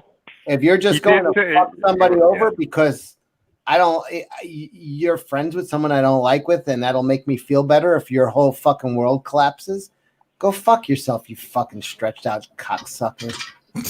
Yeah. Oh, Yeah, both barrels, Diesel. Jeez. Yeah. God, I can feel it in my pants, brother. By the way, how's the traffic on 95 over Maryland? It's your voice, Ro. You sound like you're in a chopper. All right, let me see what I can do. Hold on a sec. Yeah, I agree with this. This conspiracy is interesting. First of all, War Campaign are incredibly charismatic and fun. And War Campaign represent Comicsgate. Of course, I represent Comicsgate as well. Whatever Doug represents, it's not Comicsgate. I suspect, and I could be reading into this, I suspect this is a power struggle. Doug would like whatever he perceives that I have with Comicsgate. And so he's going to try to strip my audience from me. He's going to try to make it, the people that I support, my fans, my super fans, he's going to try to shame them and make it so that you will be punished if you associate with them. And that might be paranoia on my part, but that's kind of what it feels like to me. Ethan, that's just protecting your business. If there's a 10% chance that that's reality, it's your priority to take care of that business. Yeah. And there's more than a 10% chance because you've seen weird things happen. You've seen Mike, who was always kind of like a little bit wacky and pulling shenanigans, but you could always rein him in. And he was valuable for himself, and he added to the family. He added to the community. But he's way off. He's gone nuts. But someone else did drive him, did pull him away. It's not you. No, I didn't do anything to Doug. I just helped out. You didn't do anything to Doug. You didn't do anything to Mike. Yeah. I find it amazing that Mr. Doug TENNAPEL has literally spent this entire time organizing these black operations, if you would, black op campaigns. I would almost say that these are sort of like a gay ops. Does that make sense? He's been organizing rainbow operations simply to take down a man that he's fixated over. And I hate to say it, but that's you, Mr. Ethan Van Sciver. Hail Caesar Caligula. Hail Ro Kabir Kumar. Hail Centurion. If I may interject for a moment, Zach is in the chat, and he just said, I just backed DEATHSWORN. Nice. Oh, cool. Yeah, I saw I that just Zach like Carl know. I'm like, you got a fan, buddy. Yeah, Zach looks enthusiastic about Carl Rowe's new project. And, if Zach likes it, maybe, Zach's got pretty good taste. Maybe you'll like it too. Go check out DEATHSWORN on where is Carl? I kicked Carl out because it's the middle of the night for Carl. And so I removed, in order to bring 2 more people in, I looked at Wanger and said, Wanger's fucked up. He can go. Wanger was asleep. Yeah. And then Carl said, oh my God, it's like, 6 a.m. here. So I said, okay, Wanger, Carl can go too. And brought in other people, Okay, so here is, let's keep going with this, I guess. It's important to have the right enemies. It's actually important to have enemies. Wow. Kind of strange. Yeah. Yeah, it's a little creepy. You want to have enemies with comics gators? That's very strange. This is a training video. Yeah. This is a effing training video. You're right. This is an Al Qaeda video. You're absolutely right, Mr. Adam Post. Thank you, Ro. Adam, what do you think of that? I know a lot about persuasion. My main business is a business-to-business telemarketing company. I had to study conversational hypnosis. All right, Adam, sell me, brother. Sell me, brother. Right now, sell me. I'm selling you as I'm speaking, actually. I've persuaded you to give me that compliment a moment before. But just the short of it is, this is an Al Qaeda training video. It's exactly what Ro said. It is what I said. This is for the troops. Why and by the way, and when you guys are noticing that when he does something silly after he tries to make kind of a controversial point, and then he does something absurd with the freaking dinosaurs or whatever, that is a resistance thing. If you can get someone to laugh, they will not say no to you, and they will not question you. They will not resist you. That's what we've pointed out. Yeah, absolutely true. Adam Friended, what do you think? Doesn't he have like 2 troops left though? Isn't it just Mike Miller and Edwin? No. I think George Alexopoulos is his. George Alexopoulos. George Pussianopoulos. Yeah, and then you've got None of these people are big players, though. I mean, all they really have is the power of this whisper campaign, and if they don't have a real platform, like how can they really get these ideas out there? Yeah, and I've also got Nasser, George's brother in vagina. So all right, let's not insult all of these guys. But I mean, I just he has enough disaffected comics gators that, I mean, that's kind of what he does. If he these guys kind of prey on people who are at emotionally who are in emotional turmoil, and then they pounce on them and they fill their heads with this. I think you're right. At post, I think what you're looking at is the sales video. You're looking at a lot of Doug's sales technique for recruiting these people. Doug has sold lots of IP in the past. I was very impressed. He mentioned, and I know it was correct, he sold one of his IPs for like $500,000. One of the things he was doing. This is a sales video. He is very. You're right. You're right, Adam, because we've got receipts for him specifically having conversations with multiple artists in Comicsgate, creators, writers, all the different types of creators that we've got in Comicsgate, and he's been making specific insinuations that there is corruption at the root of Comicsgate, and to get around. He's been specifically running these rainbow ops, and we've got the receipts. War Campaign has every receipt, brother. Yeah, Ro, didn't Tug put some of those directly on Twitter, even like not too long after it happened? I think he did. Yeah, I think he did. Yeah. And just while we're on that topic, if Doug is the leader of 50 or 100 independent creators, their IP is very valuable if he decides to exploit it, and he does know how to exploit IP. So. I don't know. Let's just continue on, and maybe we'll become Doug followers too. I think he is trying to separate you from your audience, Ethan. I think that's his goal, but it's just it's baffling to me because the strategy he's using is incomprehensible. Like I just don't see how this is. I don't see how this is going to work. Well, I think he can encourage creators to no longer let me promote them. I think he can apply this kind of peer pressure. I mean, my thing is, again, I'm not looking for an army of people to promote. That's just not what I'm looking for at a Comicsgate. I do this because it's fun, and I really enjoy seeing campaigns succeed and get funded. And it's great on my show. We have a lot of fun here to get new personalities in here, but I don't need it. So that's not really what I'm looking for. That seems to be what he's looking for. I think we should all repeat. He will not divide us. He will not divide us. He will not divide us. Dirtworm Doug will not divide us. Okay. I don't care how sexy he is in those skinny jeans on that hoverboard. I barely want to suck his cock. Barely. Just barely, huh? Wait until he gets to the end of the video. Oh, you never know. Well, there's a twist ending to this video, which is interesting. Okay, let's keep going. It's important to have the right enemies.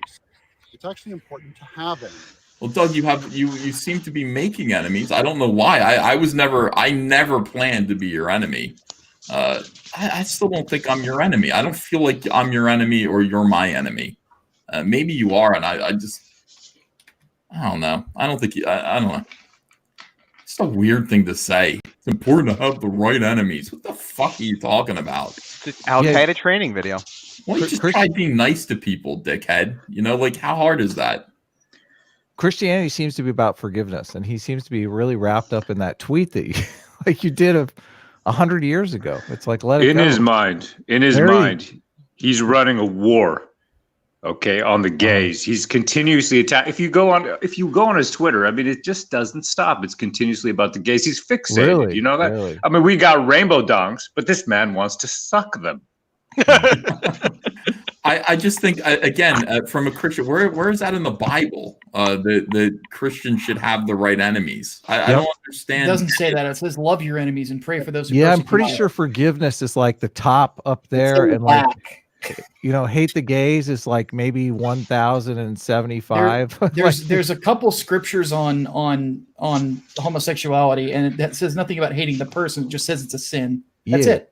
But it's way down the list, drunkenness and everything else. Yes, it's way down the list. I think this is a new religion. One. I was gonna say, I think this is a new religion. I think it's Duganetics. We're supposed to worship Doug. Duganetics. Look at his face. Look at this 54-year-old man on a hoverboard with that look on his face talking about his enemies. He looks like I just forgot to take the trash out.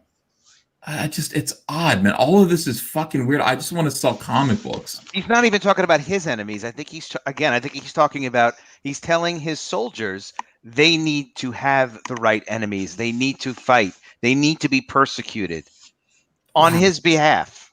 Who is filming this? Yeah. I thought it was Edwin. I thought we had settled this already, Cecil. Edwin is on a reciprocal hoverboard. Right? I'm going to make a response video to this. Cecil, I want you to pull me around in a wagon. We'll do it on Halloween. I'll pull you around in a wagon and we'll go trick-or-treating. That would be amazing. At least 3 costume changes. Oh, God, what a weirdo. All right, here we go, Doug. Is this what you're looking for? You're looking for this kind of response? Well done. Edwin and Mike Miller have some of the best enemies in the world. So if it's too tough for you, give up. If this can stop you, it probably was never for you in the first place. What? What is he talking about? Doug Baghdadi? I love his body. You know, his body's incredible. He looks like a tapeworm. He kind of does. All right, so this is this right here is a shot at his 106 backers who were denied, who never got their order. Here he is. That's the making of Bigfoot Bill, and 106 people ordered it, and he decided he didn't have enough money to make 106 copies or ship 106. No, he didn't have enough money to ship 106 copies. So he arbitrarily chose 106 people, sketch therapy included. No, he didn't arbitrarily choose them. He chose specifically the ones who were located off the continental United States. Oh, that would cost the most to ship. So here he is like a fucking asshole digging into his box and enjoying the books that other people ordered and never received because Doug didn't want to spend the money to ship them. This is a shot at somebody like Sketch Therapy. This is a shot at several of Doug's critics. There's a fellow in Russia, right? There's a fellow in Russia named Zoran. Zoran actually paid. Do you remember when Mr. Doug TENNAPEL, he went out there and said, look, I don't have enough money to ship international, so I've got an 18K shortfall, so can you please send me money? It was not part of the IndieGoGo. It was literally just PayPal me money. So Zoran paid him money, extra money, because he felt bad for the fellow. And Zoran still ended up being one of these 106 who did not receive any of his books. Wow. John Mail in the chat says he's talking to his soldiers, not just Edwin. Yeah, that's right. Creepy as hell, dude. What is wrong with this man? Maybe this wasn't right for you. Yeah. You know, at least we're talking about it. At least we're getting it out there. All right, so this is a shot. He's making fun of you if you didn't receive your Bigfoot Bill, Shadow of the Mothman, making a book. You complained about it. He's got it right here. That's all. He's got it right here. Fuck you. You can't have it. You know, and he laughs at your complaints. Yeah. You see what I mean? Yeah. I mean that's an asshole. Yeah, it's hard to argue. That's a fucking asshole that would do something like that. Okay. Here he is again. It's just a clown show, nonstop. I like this part. Oh, pie. That's Frog and a pie. See a frog shirt. Oh my goodness. Yeah. Nothing's accidental. So what you'll find is a lack of principle among. Okay, here's the twist ending. Okay, here's the M. Night Shyamalan right here. I love the rocking chair. The rocking chair gets me. All right, here we go. That's it. So what you'll find is a lack of principle among everybody. This is my opinion. Except for you. You have fucking such strong principles. I know. No, he's gonna say so crazy. Even me. I lack these principles too. I think he said. But this whole video has been Edwin great, dog piling bad. That's basically the whole video up until now. Edwin great, dog piling bad. You know, you got to suffer through sometimes. Have principles, right? Here we go. Including my own life. It's the lack of principle that really ought to haunt any man. One example is my buddy Kelsey. He's having his business attacked. Buddy. Wow. And then you need a record scratch. Like they're like, what? Yeah. Yeah, What? Kelsey's not your buddy. Kelsey's not his buddy. Fucking Yeah, buddy.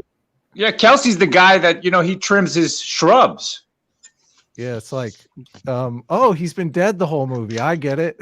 Like, what happened here? Now, with respect to my saying that this was a rehearsed commentary, if you notice, he takes an odd breathing. Oh, I know. movement Yeah. Before he speaks, because he knows how long it takes to say the script. You have to do that when you read a script. You need to know that you have enough words when you can say your complete thing, especially because he's doing this like a film. Yeah, I didn't realize so much of this was. I think you got to listen to this part like as a whole though to really get it, because it's such an exercise in double think that it's ridiculous. He's so winded too. I felt like, what did you just run up the hill? Like he's gasping for air. So winded too. I felt like what? Does that rocking chair double as an exercise bike? By the way, Extraordinary Jackson $5 says, "Did Doug refund the 106 backers? What's the story on that?" Yeah, I wanted to know that too. He did refund. He offered refunds, but people didn't want their refunds. They wanted the book. And Doug agreed to send it to them. They paid the price to have it sent to them, and Doug refused. Doug kind of backed down on his agreement with them. I mean, at some point you go, look, I'm paying $25 plus $10 or $20 for shipping. I'm owed this book. It's not only that. It's not only that. It was that the shipping was not refunded. Okay, so you could get the nominal. Yeah, you could get the nominal price of the book refunded to you, but you were not going to get the shipping. And then if you had given money specifically to cover the success shipping that was unanticipated by Mr. Tapeworm, that also was not refunded. So you would be getting a $25 refund for something that may have cost you $25 plus another $20 plus another $25 if you had given something like that to cover his excess shipping. I didn't know that. How does he not know why people are mad at him? Like, what's the mystery here? Oh, I think it was G.K. Chesterton who said, "Shut the fuck up, bro." That's the smuggler's character, and Cecil, I have to tell you, that is an awesome character you do. There was one time that everybody was laughing and having a great time. Doug said something convoluted, and you were drunk as usual, thank God. And you were like, "I think what he's trying to say here is, who among us hasn't tried to finger a dinosaur's asshole?" It was genius. I was showing that around to people that had no idea why I thought that was funny. It was just like, you don't understand. It's incredibly funny. All right, but yeah, I think we have to hear this whole thing as a piece. It really is. So let's let me see. Let's get it back to the rocking chair. Beginning of the rocking chair here.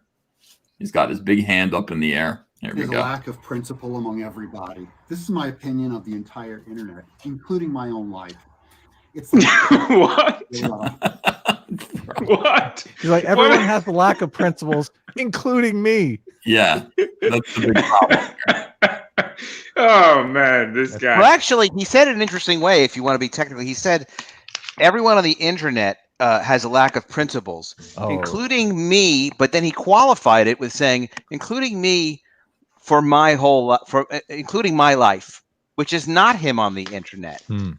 It's actually he's admitting it, but he's not admitting it. Or he's saying, I've changed and now I'm standing up for my... He's kind of saying it applies to everyone, but it doesn't really apply to me. It's an ivory tower speech. Yeah. Okay, let's keep going with this. If you guys want to break in, I'll pause as soon as you stop. We might listen to this last bit a couple of times. Okay. One example is my buddy Kelsey. He's having his business attacked by people. They're going after his business and trying to shut him down, maybe for being on the wrong show, thinking the wrong thing, saying the wrong thing. But that fight will be led by a guy who That's me. He's talking about my career.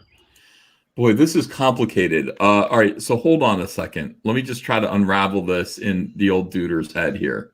So Doug is saying that, first of all, Doug knows or is directly involved in, okay? That in my opinion, Doug knows of or is directly involved in this effort to deplatform and destroy Kelsey Shannon and the Brightwisers because Kelsey Shannon unapologetically appeared on the War Campaign show. So Doug knows that, or in my opinion, he knows that. and he's saying that's wrong, but it's going to happen because that fight is going to be led by the fight to keep Kelsey on the internet is going to be led by Ethan Van Sciver, and Ethan Van Sciver is someone who I have a problem with because he doesn't meet my principles. We're going to find out why in a second. That's interesting. That's really strange.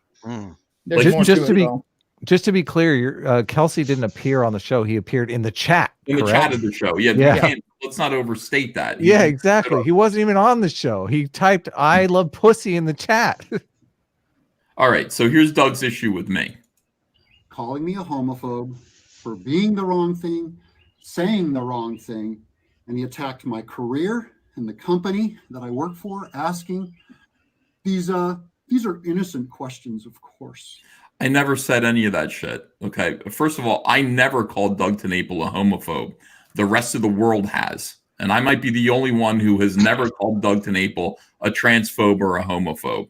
Okay. That's just something that is, if you look Doug TENNAPEL up and you look at his comments, what SJWs or the rest of the world would define as transphobic is pretty much defines and sums up Doug TENNAPEL's behavior towards gay people and transgender people. I make no judgment about that. What I said to Doug TENNAPEL on the internet, as Doug TENNAPEL came out and called Comicsgate too controversial to associate with. And the reason why we were too controversial to associate, Doug said, with his business was keeping him from associating with controversial people was because we supported the rainbow. My response to that was Comicsgate is not controversial at all. There's nothing controversial about fighting cancel culture and social justice warriors on the internet. Everyone agrees with that, okay, except for social justice warriors. So why is it okay? Why are we controversial, but you who make brazen statements about the Rainbow Coalition, why is that not controversial? Why is that something that you're okay associating with, but not us? That's what I said. Doug has pretended all this time. Doug has pretended because I know he knows this. We unraveled this several times on Nick Regatta's training, what my intentions of that tweet were and what it meant.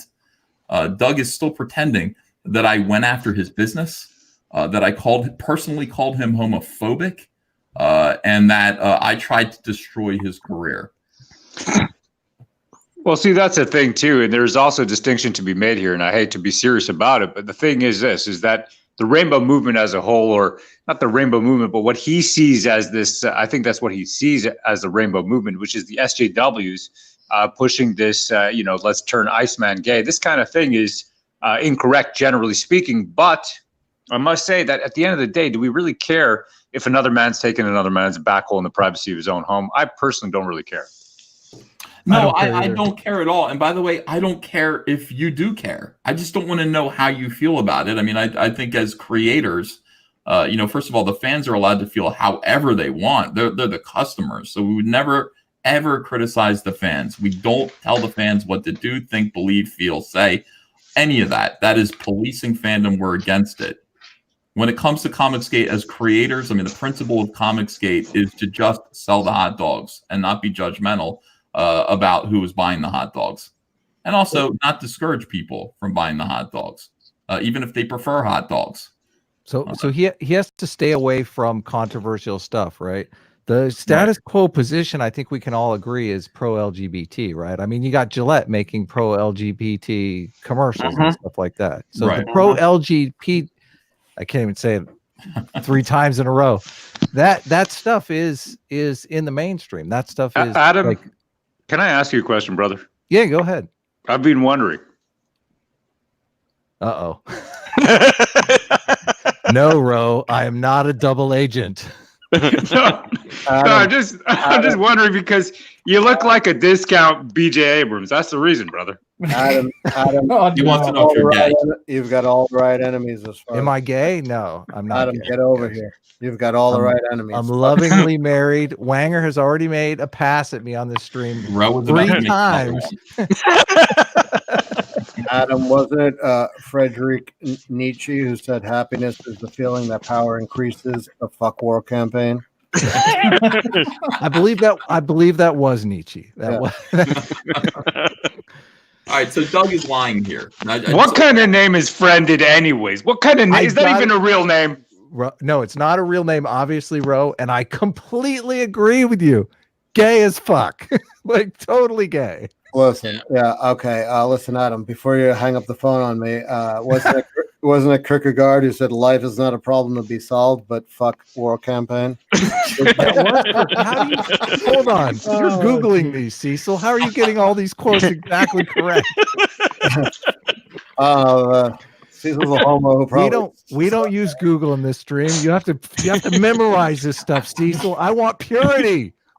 Cecil's probably some kind of homo that took philosophy in college or something.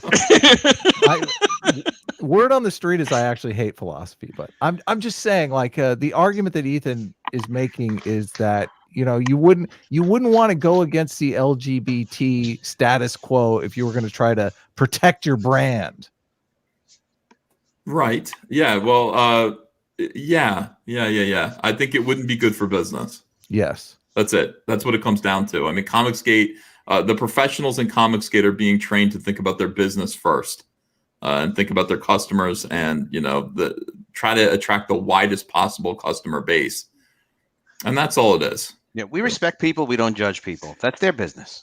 Yeah, Right. and not to mention, it's like we're not preachers. You know, we don't feel. I've been a Christian most of my life. I don't feel the need to preach to people when I'm selling a comic book. It's not related. Like, it's ridiculous. You know, if they want it, let them come in and enjoy it. And by the way, this is all virtue signaling from Doug, because I have a feeling that there's quite a few people who are gay that enjoy Earthworm Jim, and he knows it. You know, and this idea that we're supporting, again, like the Gay and Lesbian Alliance Against Defamation or something. No, go fuck yourself. It's ridiculous. Let's see what he says here. Isn't Earthworm Jim's creator problematic? I never said that. Let you decide. Oh, you don't want to do that, Doug. You don't want to let us decide that question. You're all kinds of problematic, and it has nothing to do with your points of view about gays or religion or anything like that. You are a seriously angry man. You know, you're a manipulative and exploitative man who's actually hurting people, and hurting people that you're pretending to protect. Yeah, I would call that problematic, and it has nothing to do with how you feel about the gays. You're allowed to not like them if you don't want to. Listen, Ethan, at this point, I was just mad at Edwin because I was supposed to have a picture of Country Time lemonade. I was supposed to pour a all I kept thinking is, where the fuck is my lemonade? But I just kept going with the script. Are these people are they his servants, do you think? Are these people who he's bringing over, they're supposed to serve him at this point? Edwin, my cameraman? No, he's not a servant.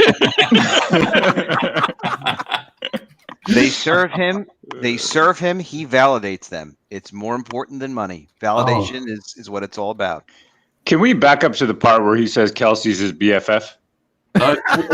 He's like so far past that. Where That's the beginning of the video. Yeah. Let's let him finish up, because maybe get it through so much first to and then unpack go back. here. Yeah. All right, hold on. No, maybe it's at the end of the video. He was saying that Edwin and Mike are BFFs, and BF stands for butt fucker. Oh yeah, you missed that, bro. You missed that, brother. No, I heard it. I heard the whole thing. Okay. That's funny. Edwin, I can't pay you in cash for this, but I will give you the cheat code to level 9 of Earthworm Jim. That's okay. Oh man. All right, here we go. Right, AB. God. And you know, if your entire business crashes to the ground, I'll still be making. Hold on a second. Yeah. Yeah. This is pretty heavy. This is hate right here. Correct. Doing the wrong thing, saying the wrong thing, and he attacked my career and the company that I work for, asking these are innocent questions. You're a fucking liar, Doug. Doug, you're a fucking liar. I never said these are innocent questions that I'm asking. It's not in my heart or nature to try to hurt you or your business, Doug. I'm not a man of envy. I'm not a judgmental fellow. This is people who watch my show every single day know who I am. I'm not out to hurt you. You're projecting. You're out to hurt me, my friend. I guess my enemy. Powerful enemy. No, he realized he can hurt you. So Kelsey's the proxy. Mitch is the proxy. He's going to hurt the people who are around me. Anybody who's nice to you is going to be punished. He has driven He has driven Mitch, that poor man, to wear a fur coat. Oh, poor Mitch. I don't know if you saw. Mitch. I told Mitch, I was like, look, despite everything that's going on, you need to have a presence. You need to do a 1 hour live stream every day. Talk to people about Red Rooster. Mitch is afraid of this shit. And Mitch came on and he tried so hard. I was proud of him. I was in the audience.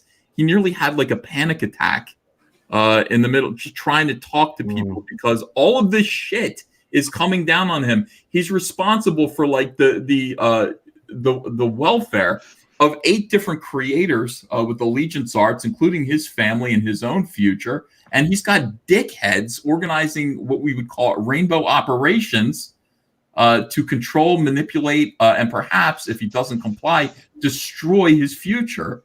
And Mitch is just like, hi everyone, I'm Mitch Breitweiser. Yeah.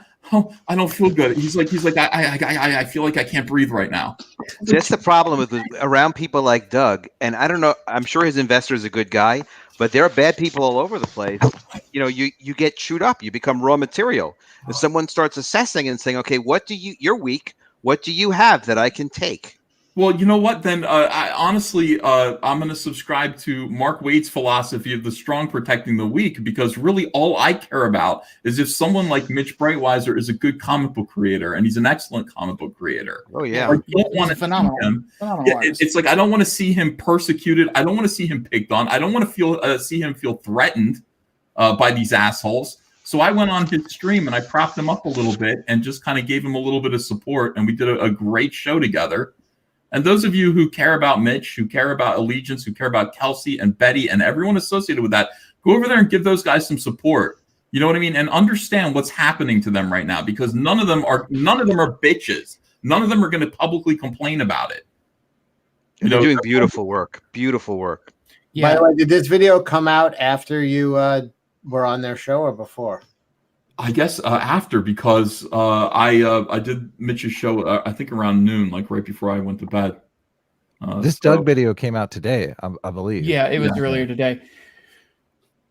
This is a day's worth of work for him. This is not an hour video. Yeah, for me, yeah. I mean, I'm just thinking, you know what? The signs are there really for Mitch. That mustache. We made memes of that mustache a year and a half ago. You know that we made memes of that, and that came true. He's got that mustache now. I'm just very concerned. It really did. Ethan had asked me about it before. Like, yeah, it's just go full beard to go clean shaven, man. Don't try to go in between. Nah, he should keep it. I like his mustache. Whatever it is, it's working. It's getting people talking about it. But yeah. So I don't know. It just infuriates me. I mean, well, what I'd like to see happen is I'd like to see Mitch. And I'm available if you want it. I'd like to see Mitch get an opportunity to talk to some other people about what he's trying to do. He does have this social media issue, but let's help him any way we can. He was on Billy's stream the other night, and Billy was suggesting, like, well, maybe you should hook up like Malibu did, hook up with a publisher for the direct market, just as an ancillary market, an extra market to sell into, like for the future. And, maybe do a 12-month deal with another publisher to get on your feet. And Mitch was interested in that. Mitch is like, yeah, maybe I should have you talk to my partner, Billy. And Billy's like, yeah, in 2 weeks when I can come back. So Billy can help, anything we can all do to help, we can help. Yeah, and we can help even beyond the business part. They're in a situation where there's people out there trying to destroy things that they're building just because they exist. And that's ridiculous. And more than anything, they need to know that there's people out there that care, that want them to succeed, because they're doing something incredibly ambitious that could do great things for the market as a whole. And that's what Comic Space has been about since the beginning, is wanting change in this industry. Yeah, we should have a meeting and talk about what we can do to help and support and promote them. That's what we should do. Man, just feeling really sorry right now, man. I mean, are we going to get into a cry session? Yeah, we are. We're going to cry right after. No, I'm going to lift Mitch upon my mighty hands and say, everybody back his stuff. All right, maybe it's soy, but this still pisses me off because Doug is sitting here lying. I mean, this is all a lie. Yeah, that's absolutely true. Yeah. So I've attacked him and then I persecuted Doug. Quite the opposite, Doug. I lifted you up. You crawled to me, literally crawled to me on your, maybe, but figuratively, crawled to me on your belly, asking me to help you because your behavior, the things that you say, blocked you out of every possible deal. Because I'm a Christian. Because you're a Christian, right? So you lost your deal with Scholastic Books, and you came to me for help, and I helped you. I would continue to help you if you still needed my help. I'm that dumb. I'd still help you.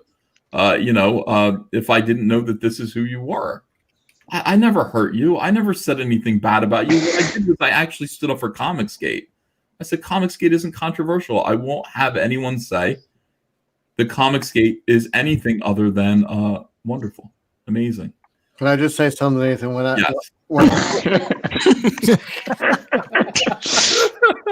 When people say they hate me, I did a lot of soul searching, and I was like, "What's wrong with me?" And the only thing I can come up with is my Christianity. That's my only flaw. People hate Christians everywhere. That's right. Okay, let's watch more. The rest of this. Caesar, you know better than most. You've thrown us to the lions. Yeah, that's what I do. Utter bullshit here. Let's go. Isn't Earthworm Jim's creator problematic? It's all projection. And if your entire business crashes to the ground, I'll still be making comics because I committed to doing this before I ever made a dime.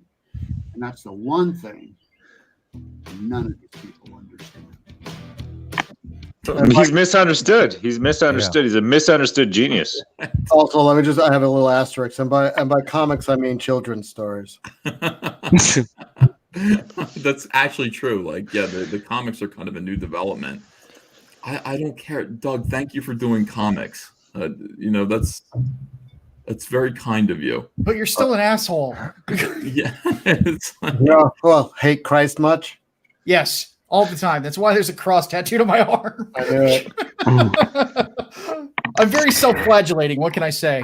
So I guess the punchline is that when I am out of business, I'm going to be put out of business, and Doug's going to keep getting to do comics. Yeah, that's what it sounded like. How though? How he couldn't even ship the books with the international shipping? Like he's making it sound like. I mean, if he's not crowdfunding books that are successful, he's still going to make comics. Adam, are you a Jew? Sounds like someone that would crucify Christ.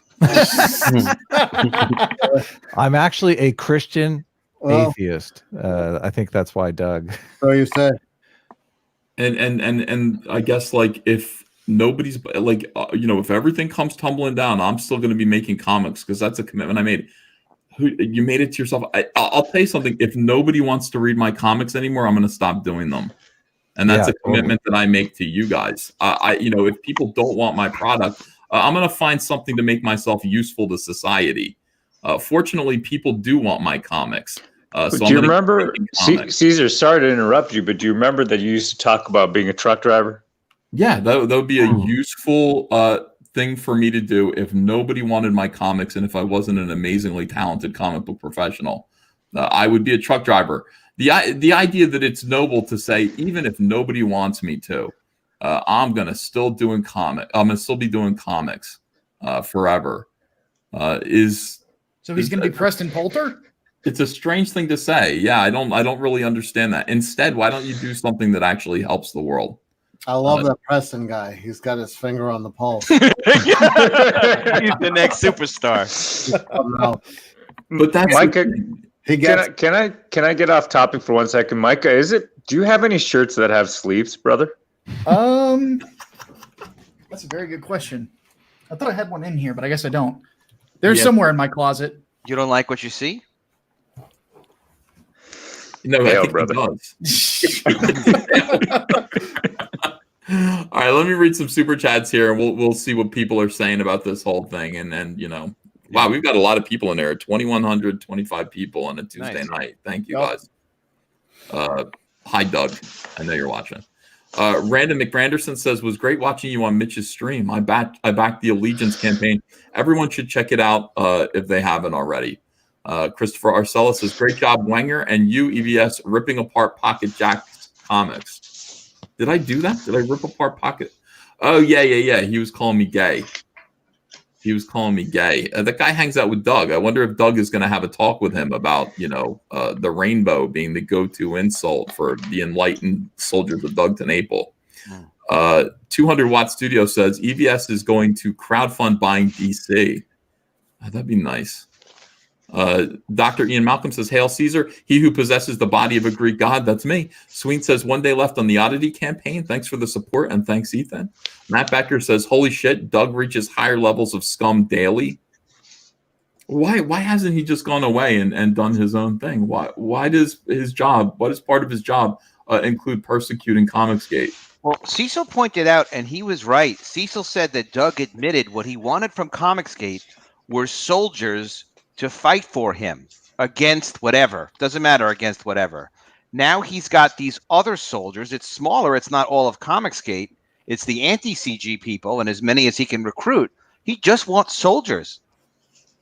Yeah. For what purpose? I don't know. Fantasy? I don't know. Yeah, it's funny because when he said that, I thought that he was just kind of being facetious, sort of. Yeah, sort of. Like, I didn't think he meant that literally, and that was something that he was going to pursue. But that seems to be something that, Doug puts his mind to something, and Doug goes ahead and does it. So I think that like Doug is seeking a kind of brainwashed army of simpletons who he's flattered.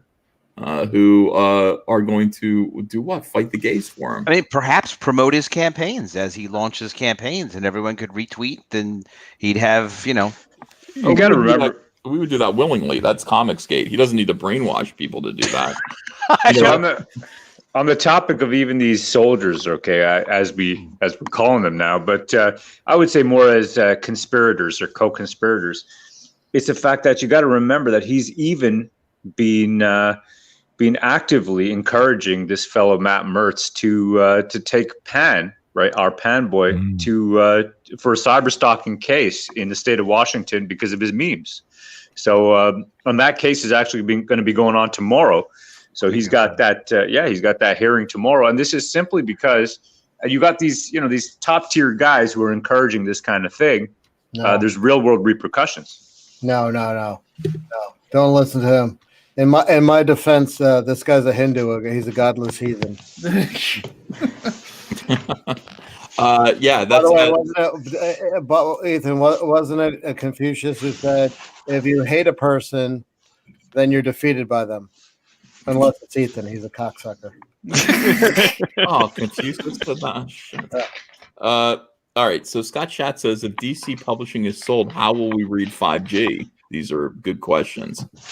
Chris Stanley said super chat deleted in brackets. Great band, Kiss. Bullwith, thanks for becoming a new member. Conspiracy in Comics says, Oi, Solstice Tales of Bardic Fury is on IndieGoGo. Drew, a.k.a. Mr. E, says, I just wanted to thank you for helping bring attention to Captain Love. I reached the funding goal today. Thank you for being awesome. Oh, yeah, he's a good guy. Yeah, he is. He's a good guy. All right. John David says, I want to stay at Carl's.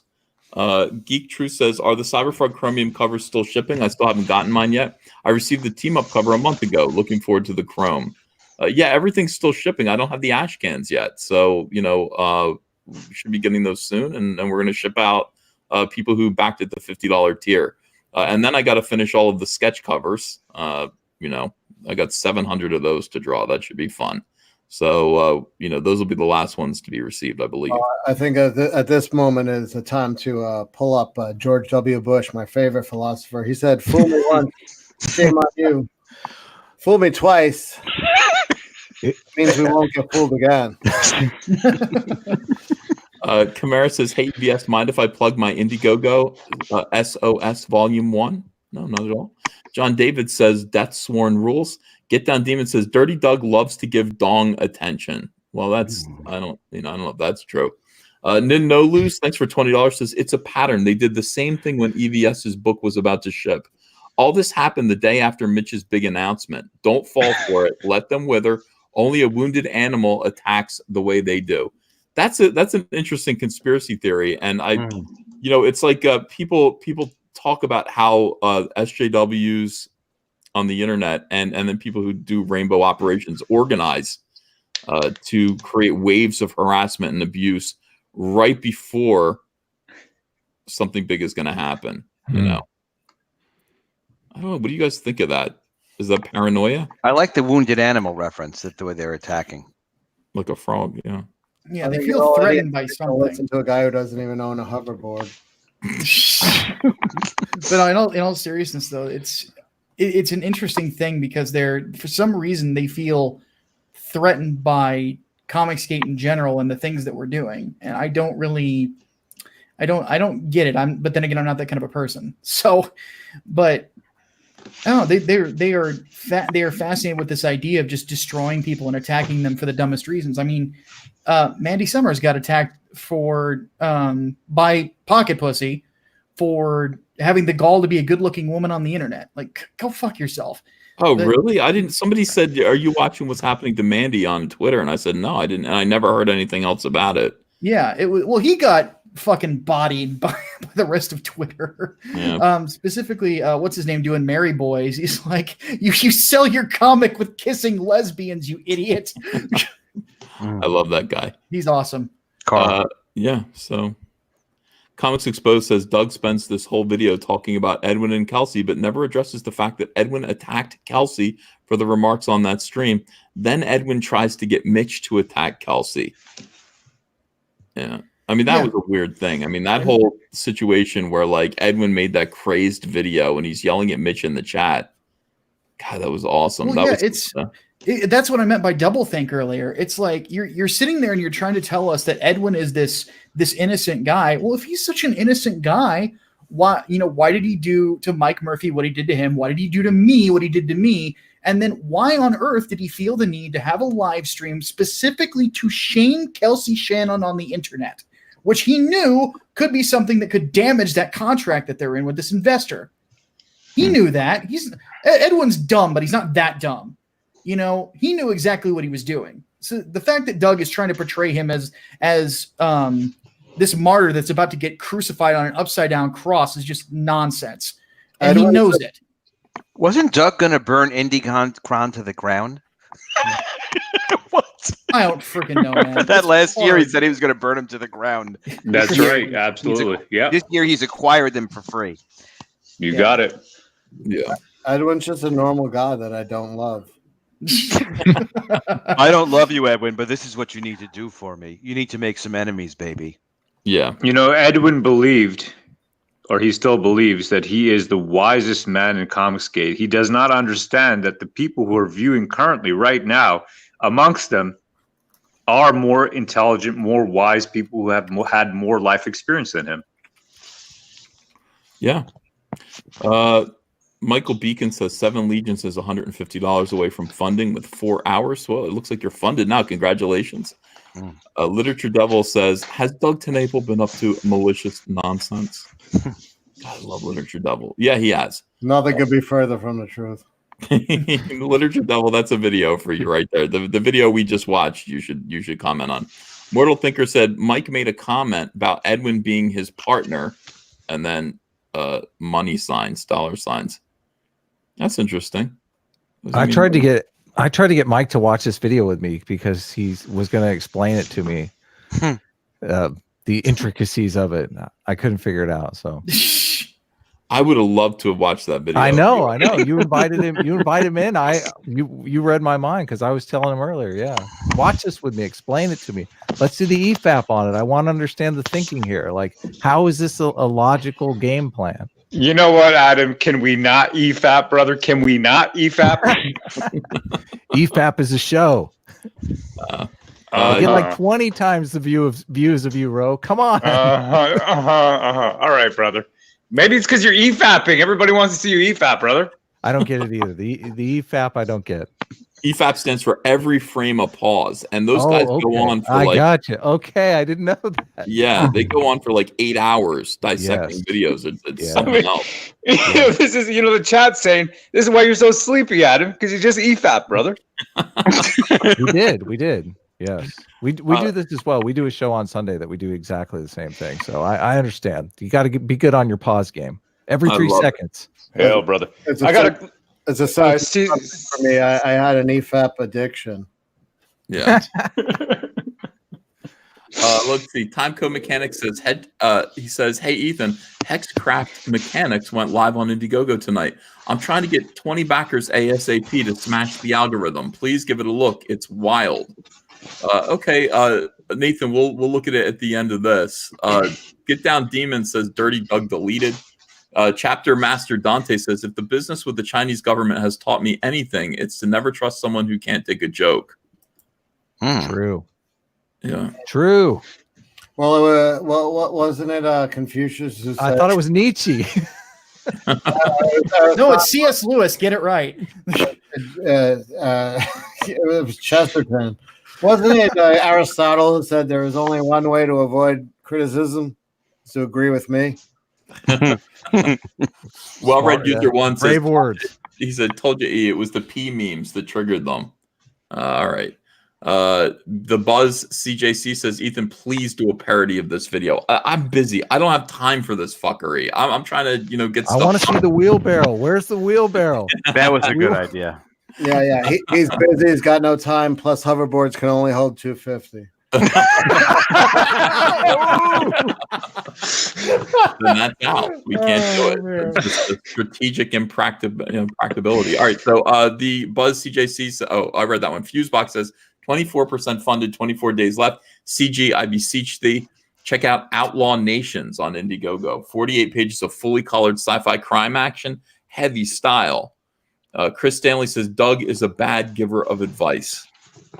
In general, I would like to send this out to everybody who's listening to Doug or who Doug has assembled.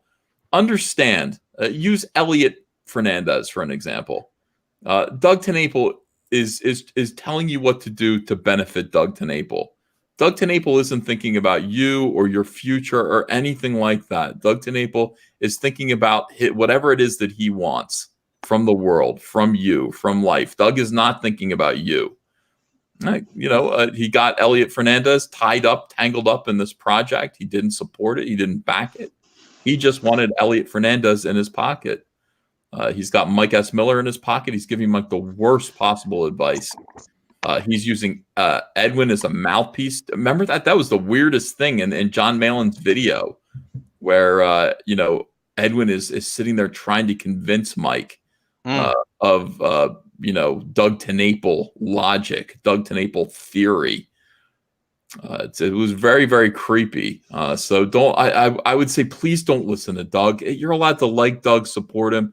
If Doug is telling you to do something, don't do it. He's just, how would you describe that? You don't need enemies. You don't need enemies. You should be at peace with everyone and Don't try to make avoid enemies. people that you don't get along with. Well, it's like a real tapeworm, right? When the tapeworm goes in, it gives you a liking for things that are not necessarily good for your body, for the host itself, but it's good for the tapeworm. That's probably not the first time he was called a tapeworm in his life.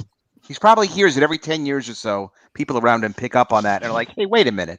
I was on Doug's show when he was closing out Earthworm Jim, and he was giving me all kinds of advice on that show that was wrong advice. And I kept trying to tell him, I'm like, listen, I know my audience. I've been on YouTube for 3 years. I know what I'm talking about. But like, he kept saying that I was going to get these amazing numbers on a crowdfunding campaign. And I thought, I don't know anybody even in this space. Like, how can you make those assertions? I don't think, if he's giving people that same kind of advice, you just take that advice with a grain of salt. Seriously, set your expectations low, because you can get massively disappointed. I mean, I've talked to some of these people that have launched campaigns that I look at and I think, well, how can this be successful? Like, you have to be smart about this stuff. You can't just go in without a game plan. Yeah. What you know what Doug preys on? He preys on when a man has a hurt ego. That's what he does, right? I asked Mike specifically, where is the Meg? Where's the shark book? That was it, man. His ego was hurt. He was bruised. He was sensitive, and he was taken behind the shed by the tapeworm and injected. And here we are today. It's true. I actually agree with that. I just remember one of the weirdest things ever was when Doug TENNAPEL invited the Amazing Adam on his show directly after Bigfoot Bill was funded. Great guy. I love that guy. I was just like, the Amazing Adam is a lunatic that says that I kidnapped my wife, makes videos, really weird videos, just hateful videos. It's like, I remember Doug being like, I'm humbled by your support of me, Adam. And then he had him on the show and tried to sort of, I guess, convert him. But, Adam is who Adam is. Just strange. And then from there, it was more of this. Yeah, like I'm finding people who are angry, people who are disaffected in some way, and I'm flattering the fuck out of them and trying to turn them into an army. It's weird, and it is weird. It's weird to say that. I don't want to think that's true, but it does seem to be true. Well, yeah. Well, you look at a lot of the people that he's had on there. There are people that have been pissed at you. Nasser's been on there a few times, and others like that. And then you've got like people like Vox Day and John De La Rose who are trying to jockey to get on there too. Great guys. Yeah. Even they don't want De La Rose. That's the problem. That's what I find hilarious. Is not even Mike Miller didn't even want De La Rose anywhere near him, and I have a feeling Edwin's probably suggested it. Yeah, because he loves those guys apparently. De La Rose used to be abusive to Edwin on Twitter all the time. Of course he was. And I saw some of it, and Edwin was fine. This was like 3 months ago, and I started commenting back to De La Rose about like, leave Edwin alone. I mean, why are you attacking him out of nowhere about Indicron? And then Edwin messaged me privately, and he's just kind of like, it's probably better you don't engage with him. I'm like, all right, fine. I don't mean to make any more problems for you, and leave it alone. So I just blocked De La Rose, and I was done with him.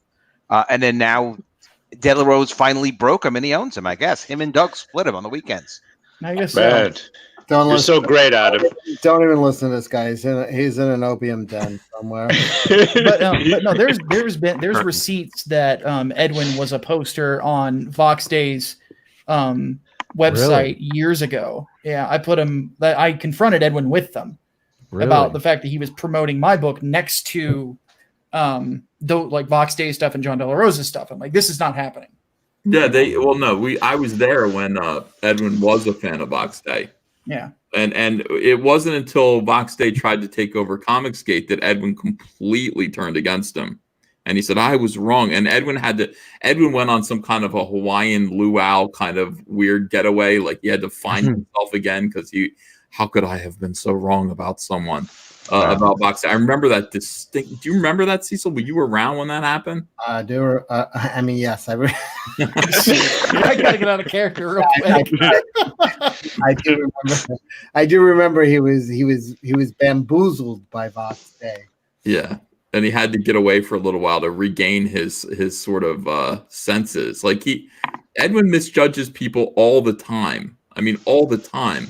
That's something that he does. He makes horrible mistakes, and he, then he has to go and cut his hair and grow a beard or shave a beard or something like that, and come back as a new man, ready to try again. Well, I always, when it comes to Edwin, I always quote Chesterton, my favorite, and I say, a dead thing could go with the stream, but only a living thing could go against the stream. But only a tapeworm could be in the living thing's asshole. And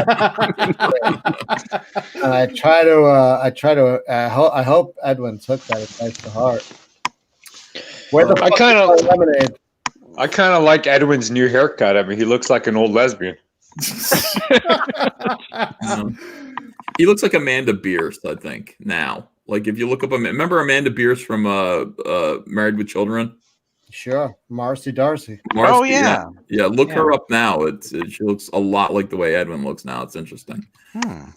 George B.D. Lucas says, serious question. I cannot. Oh God, you're right. Yeah, I cannot draw, but I have a terrific story. How do I find an artist to pitch to? I know people are hesitant to hear a pitch, so I'm not sure where that leaves me. Well, George, you have to find an artist. They don't necessarily need to hear the story. What they need to hear is the sound of money.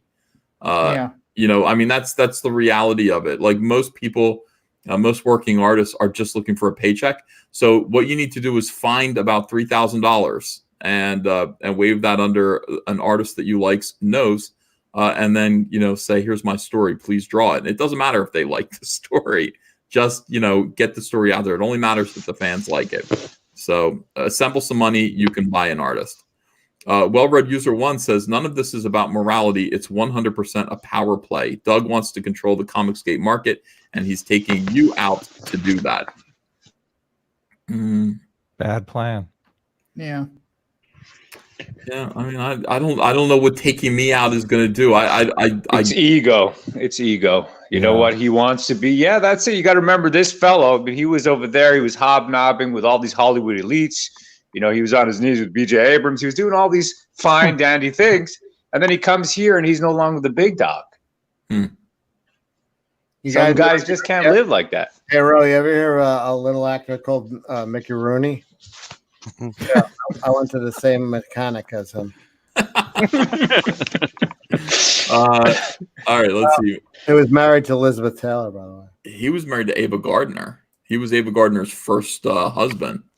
He took her virginity. Fuck them all. Yeah. Michael Beacon says 7 Legions is $75 from funding. You're now funded, my friend. Matt Becker says this video is retaliation for you calling them out on Edwin's acting as Doug's mouthpiece. You know, that was John Malin that did that. But yeah, I mean, again, you know, we keep turning over the right rocks, and they are responding to what we're saying. And you know, it's pretty transparent. How weird is that? Edwin's sitting there just like looking at Mike, and you know, I gotta find that video. You guys, have you? Oh, of course you've all seen it, but I want to show it again. Just that one scene. John Malin is a goddamn genius and an American figure. You know, his videos are great. Oh yeah, excellent work. I don't like that Coach Malin. I'm not a big fan. I'd rather send my kids with Coach Sandusky than that guy. Yeah. No. Not a fan. Joe Paterno, there's a guy I could get behind. Yeah. Joe, what are you talking about? All right, hold on a second. Let me just show you some of this. This is about Penn State football. All right, hold on. This is Edwin talking to Mike, and this is from John Malin's Malin After Midnight video from last week. The creators who use YouTube as a platform to uplift and entertain, or people going to be YouTubers who occasionally make a comic book, and there's two different things in people's motivations. That's a Doug TENNAPEL thing. Like Doug TENNAPEL's like, well, what are you? Are you you have to define yourself. Are you a YouTuber who makes comic books, or are you a comic book artist who makes YouTube videos? Yeah, why? That's important to him. Like he said, look, I'm still gonna make comics. Well, I'll make comics as long as people want me to make comics. It's nothing, I'm driven to do it by, I have a story to tell right now. So CYBERFROG, I have a story to tell. I'm going to tell that story. When that's done, if people want more from me, I will do that. I make YouTube videos because I have to express myself. I have to say what I want to say. And YouTube is a lot of fun. I don't know what this weird distinction is, but again, it's intended to make people dislike you. Like Doug has this thing where it's particularly noble to announce you're a comic book artist. I've met a ton of comic book artists, tons of them. They're all out of work. They're a dime a dozen. I've lived around comic book artists for 25 years. I barely know any YouTubers at this point. People making videos and movies. One art form is not more noble than the other. Yeah. You do what you want to do as an artist. You express yourself. I might decide I want to write songs, like parody songs tomorrow, and that's what I want to do. That's the idea that you are stuck. Like I made a promise to do comic books my whole life, and therefore that's what I'm going to do with my entire life. Sounds stupid to me. What if I do want to become a songwriter? What if I want to become an actor? What if I want to do any of these things? Leave your options open. You're free as a bird, Caesar. Yep. Well, listen, Ethan, I've met a ton of comic book artists too. Yeah, that's funny. Friend it up. And he's like, oh, let me help you, build your YouTube. And I'm like, dude, I don't want to be a YouTuber. Like that's, I mean, I want my channel to grow and all that stuff, and I like doing the different shows, and it's fun. But that's what people say that all the time. They're like, I don't want to be a YouTuber because they're not successful at it. Like, yeah. Of course, nobody wants to be an unsuccessful YouTuber. Yeah, you want to be a successful YouTuber. Exactly. John Malin cuts back to Mike saying, like a few months ago, saying if I could make $20,000 a month at YouTube, I would just do YouTube. That's it. I would just. Look at Edwin's face in this picture. Something has happened to this guy. He's become a soldier. Oh wow! We finally know this wasn't a gay op. It's coming. What? Oh, it's I'm gonna have to ask you to choose, Caesar. Can we full screen Ro? Hold on. Yeah, I gotta get rid We of got it. a full screen Ro. Ro I'm is gonna have to. This is I'm my gonna have to favorite. ask you to choose. What are you an internet superstar, Caesar, or are you? Take a look at the top of my head. Or are you a comic book artist?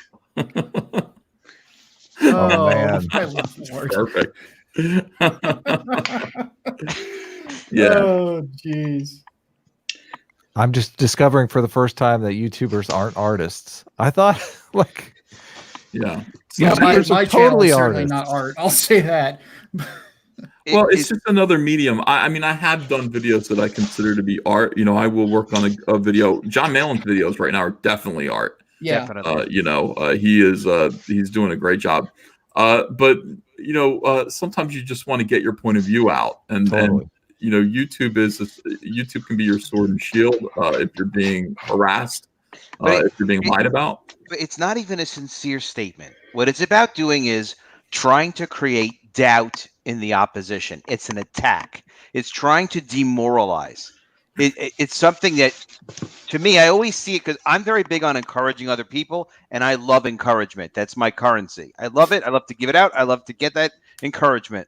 When I see people do stuff like this, like, well, you know, if you're a YouTuber or a comic book artist, there's no real moral stand to it. There's no like, well, you've committed your life to draw with a pencil and tell a story with a pencil, and that's an important task. There's no sincerity there. It's about, hey, this is a way I can attack someone, make them feel doubt in who they are. And then they get weak. And before long, they get angry and they have problems. And then before long, there's another asset for Doug or whoever else is trying to manipulate. If you can create doubt in someone or create confusion in someone, it's a cruel thing to do, but it's very persuasive. And you wind up on top. I don't think these are honest comments that this is definitely Edwin repeating Doug.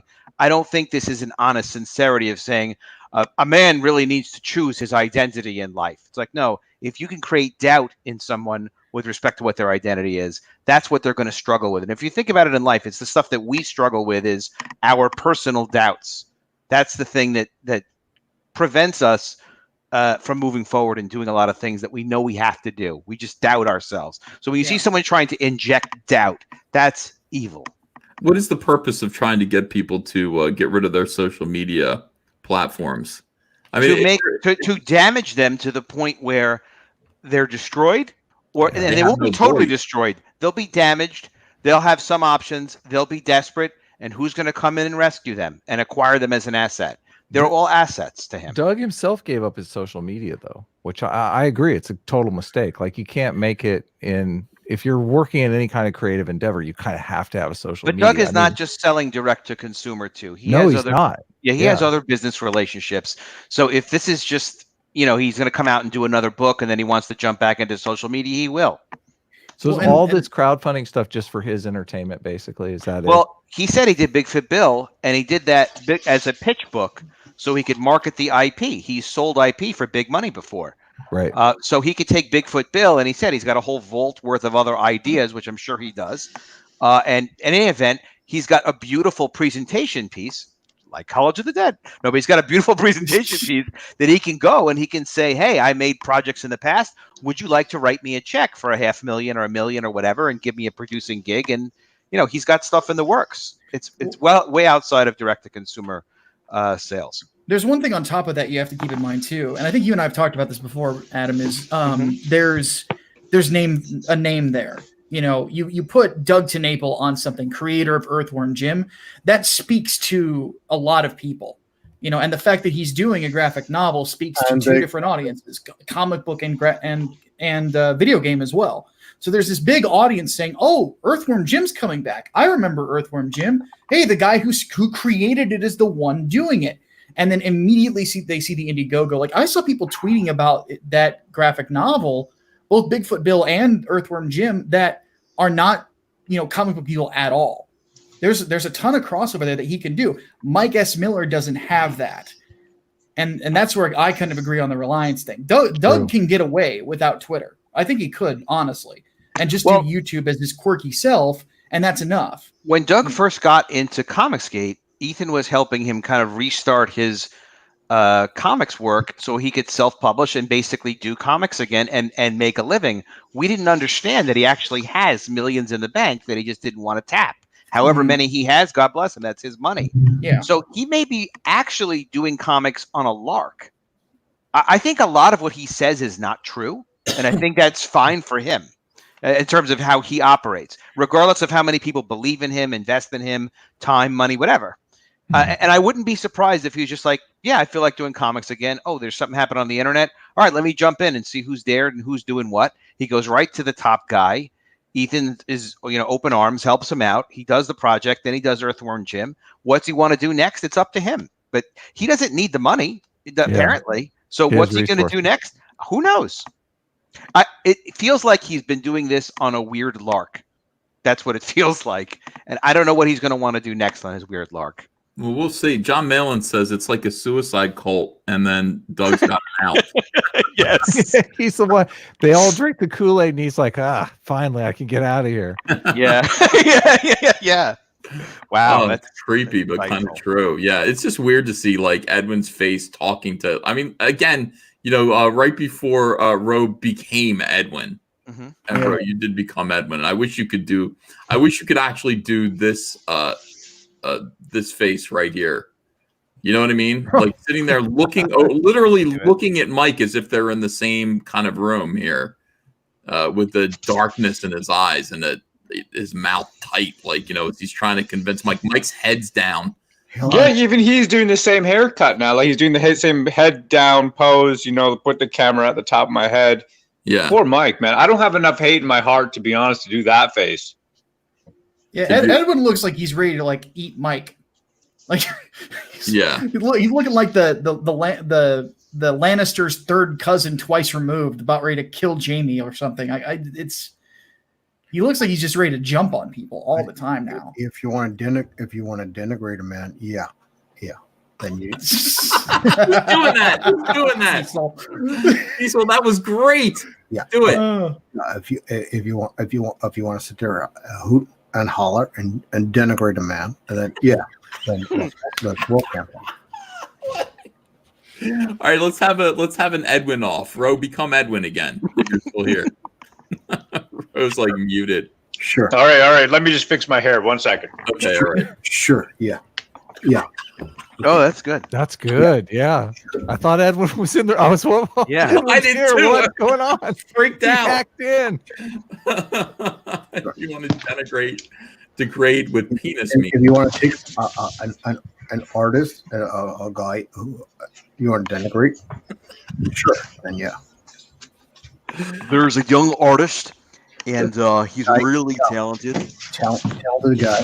And I was watching him draw something, and then on another channel, they started to call him a certain word of the front part of a woman's vagina attached to his name. The word they were using. Excuse me. I believe they were saying Pussyopolis. I was like, he's not really going to say it because they're going to clip it and play it like 1,000 times. They better clip it. I'm counting on War Campaign to clip that. I mean, you guys. Oh, we have it. We have it all. I got to say. Got it all. Pussyopolis. Here we go. They called him Pussyopolis. And Kelsey, I gotta say, I'm not trying to hurt your comic book with Allegiance Arts, but you called him Pussyopolis. Oh, I'm gonna die. Right. And if you want to, look at that gray wig, young fella. And if you want to disparage and you want to denigrate, you do. But you got the whistle.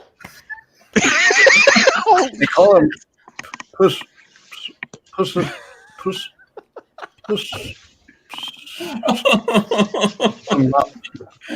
All right, let's have a vote from the chat. So if you prefer Cecil's, give me a 1. If you prefer Rose Edwin, give me a number 2 in the chat. Chat's gonna vote. on the Edwin off. God, though, you guys are so gifted, man. That whistle, you know, that was a very nice touch. All right, so let's see what the chat actually a lot of twos. I like the whistle. Yeah, you gotta add that somehow. Oh my God! Call him Push Anopoly. Right, and that's not what his name really is. It's not what his name is. I believe he's a Greek fella. He's Oh my God. He's a great fella. Is that Ro? I can't tell. Like, so every once in a while, I really hear Edwin. Yeah. People are saying the whistle adds 20 points. Yeah, the whistle is unbeatable. Yeah. It's hard to say who won. I mean, at this point, it looks like equal ones and twos. I'll give it to Ro. You know what? You've inspired me, Cecil. I'm gonna get that whistle, brother. Yeah. Wonderful, wonderful, wonderful. All right, let me read some more super chats here and find out what's going on. All right, well-read user says, anyone want my Bigfoot bill? Only some of the brown smears on that are mine. Darby 19 says, Comicsgate doesn't need this division between EBS and Doug. Please hug it out. It's not me. I'll be honest with you. It's not me. I'm not, I'm responding to this. I'm surprised by it. Well, not to mention, after you and Doug had it out on Rekieta. on Rekieta's show, like, and Nick's a good guy. He'll moderate, and he moderated quite fairly. Which, hey, buddy. But the thing is that Doug has the same opportunity to walk away from it and do his thing on his corner of the internet. And it seemed like, at least when I first watched that cross-examination, that Mike was going to do the same thing. And then the pot shots happen. It's like, just let it go. I don't think that there's anybody voting against everybody going to neutral corners and chilling out and focusing on our work. It's the ball's in their court at this point. I tune into the Mike streams occasionally, and it seems like I'm there for 15 seconds, and they're talking about Ethan. I'm like, you guys don't know. If you really want it to stop, you just got to stop talking about people. That's like, not obviously they're going to respond. That's not. That's not true. That's not true, my friend. We talk about Lone Star, Heart of the Hero. Lone Star, ho! Well, I mean, the thing is, like, first of all, the fans will actually ask. We lost Ethan.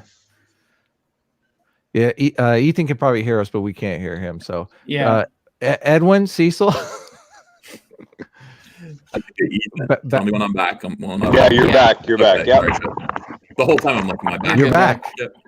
Okay. The problem is that super chatters will send in questions because, despite what people say, everyone really kind of does like this drama. It doesn't make them feel good, but it's compelling to listen to. Totally. Yes. People like to watch it. So, you have a choice on how you respond, and there might be a video. Like, this is a video where I specifically said, I'm responding to Doug's video with this video. I'll say this video is about Edwin. We're going to do that, thing.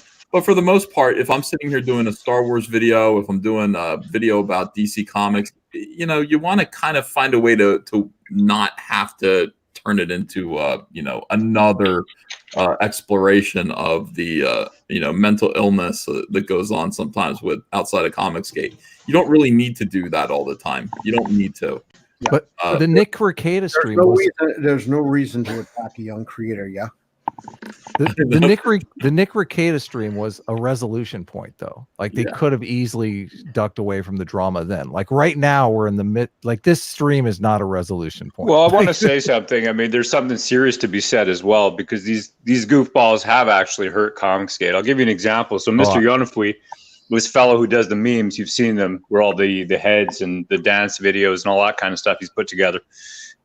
This guy, he's great. He was back in books.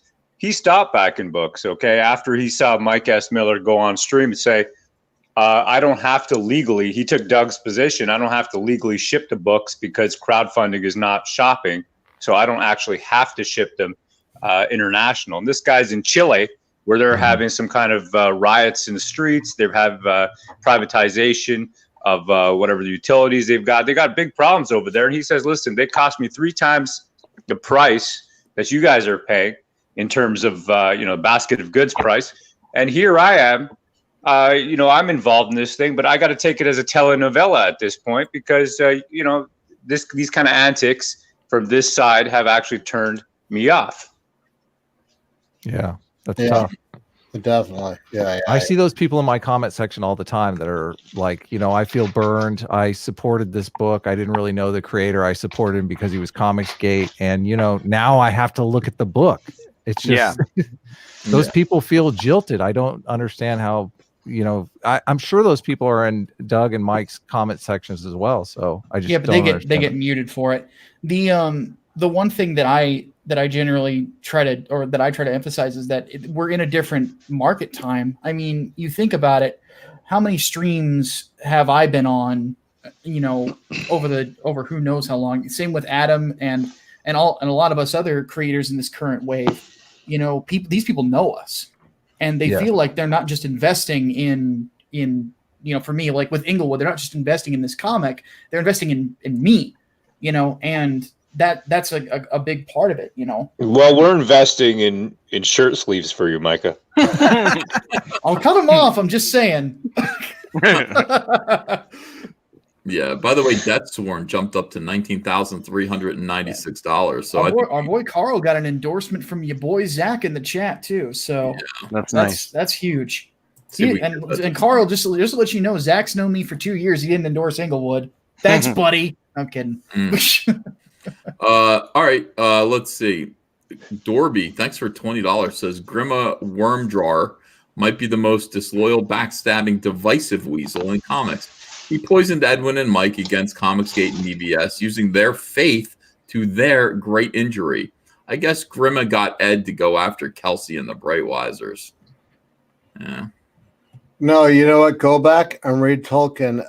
Grimworm was the hero. Liam Gray says, hello, hashtag Comicsgate. Andrew Huerta says, my wife and son are Christians. You must repent, Doug. Hello, Andrew. Zebulon Pike says, back 7 legions on IndieGoGo. Only a few hours left. Back it. Liam Gray says, last guy on the dog pile is probably about me. One of the last things he said to me was lecture me about dogpiling. And last night I made a pretty hardcore tell-all video about the legion's behavior. Really? Interesting. All right, Liam, let's have a look at your video. Lee Johnson said Mitch smoked Doug when he, a Christian, landed that $1 million book deal. Mitch slapped a bullseye on the back of his head when he succeeded. Holy shit, I didn't even think about that. Yeah, Walmart is pretty straight-laced. I had a friend that would always sell straight to DVD movies to Walmart, and they always were according to like how they have this Dove rating system for how Christian it is. Do you know about that? So like all they care about with the movies is that it's like 5 doves. It has to be 5 doves. So I think there is a huge Christian base at Walmart, which is well, it is because Walmart is they're Republicans. They donate to the Republican Party. They're kind of a conservative company. They're conservative Christian. That's right. Dragon Lord Jeremy says, did Doug TENNAPEL get his wife to film this? No, that was my homeboy Edwin Burnt. I don't love him, but I really do. By the way, being the last guy on a dog pile is like being the front end of a human centipede. It's the best position. Congo Red Jr. says, Ethan sent me CYBERFROG. I'm a disabled veteran at no cost. That's how he treats veterans. Oh, wow. That's wow. True. I'm glad you got it. Hail Caesar. John David says, I'm a vet and I really resent that. Scott Schatz said, most of us here supported Doug's book. Nice. Ethan, why don't you send me a free copy? I'm a veteran of the meme wars. Liam I'm a disabled veteran, I might add. Yeah, Liam Gray says, Doug's video is because I called them ladies. I don't think it was about you, Liam. I think it was, we might be dueling narcissists here, but I think it's about me. Barb Rogers says, have a beer for Ro Kabir. That's a good slogan. Literature Devil says TENNAPEL thinks he's Hannibal Lecter, but he's Buffalo Bill. Oof. That's a roast. Bogus Fortune says if your friends aren't ball busting, you don't have friends. You have associates that will abandon you when the shit hits the fan. Ball busting keeps your feet planted on the ground. Humble. Chapter Master Dante says Captain General Ro in the house. Everyone's happy to see Ro. Yeah, fuck Ro. Zaid Comics says this is just incoherent gaslighting, punching down at people who have become my brothers in comics and life, friends that have helped me push my comic Magic Cop to get funded, now almost at 5K. Hail. Do you see how he did that? He took that opportunity to, say what he wanted to say, but also promote his book. Little Magic Cop. Yep. Magic Cop on IndieGoGo. Scott Schatz said, I didn't contribute to any of those dudes that signed off to let these next guys on. Beta males are cucks. Well-read user said, why did Pure Profit Doug screw backers of Bigfoot Bill? Yeah, well, Sean Tillman says, EVS, let's be honest. Mike S. Miller's frog videos were a thinly veiled threat. It was comparable to the horse head in the bed of the Godfather. He hates you. No. What if you don't like it, it means you're a vegan and a homo. Thought I made that pretty clear. And I'm fine with that. I'm not judging. I honestly think that, like you said, Mike's just kind of evil. Well, yeah. Mike is evil. I don't think it was. Mike is a great guy. You guys know Liam Nielsen, great guy. Who was in Taken. I good friends with his mechanic. Really. According to Malin, Mike is only 50% evil, though. 50% good, I guess. Yeah, but I think that's actually flipped. Well, not flipped, but I think it's the glass is half evil, basically. Yeah. Malin might have changed his opinion about that. Talking about the whole vegan thing, can we get Mitch a steak? He eats like a bird, right? Yeah, I mean, honestly, he needs some red meat in him. I mean, I'm looking at him, I'm thinking, man, this guy, he looks strung out. We need to get him some steaks. He eats lawnmower clippings right now. It's like I agree. I would like to take Mitch out for a real dinner, beers, big fat steaks, potatoes. That sounds good right now. This is what I'm talking about. Don't listen to this guy. He worships cows, and I think it's a bunch of bull. Let's see. TLJ Russian Bot says, wait, Doug is Christ. If this is heaven, I'll go to Detroit. Ouch. Conspiracy in Comics says, I like you guys, but you sound jelly of Douglas. # let it go. Yeah, agreed.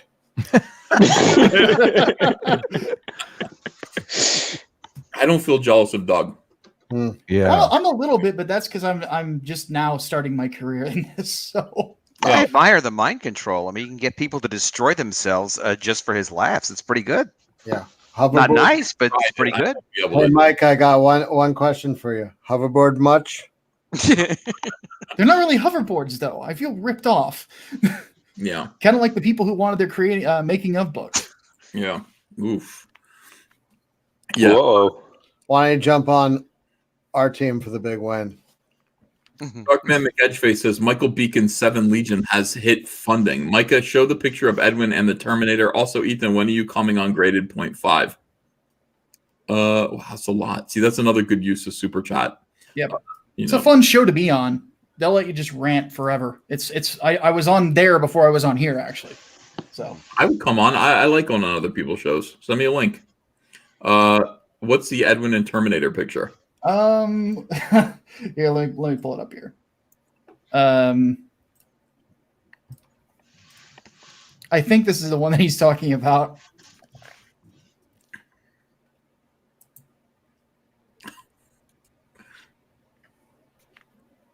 Where, oh, I see. Okay, you left it in the add to stream. Sorry, I'm like busy smart. Oh my god.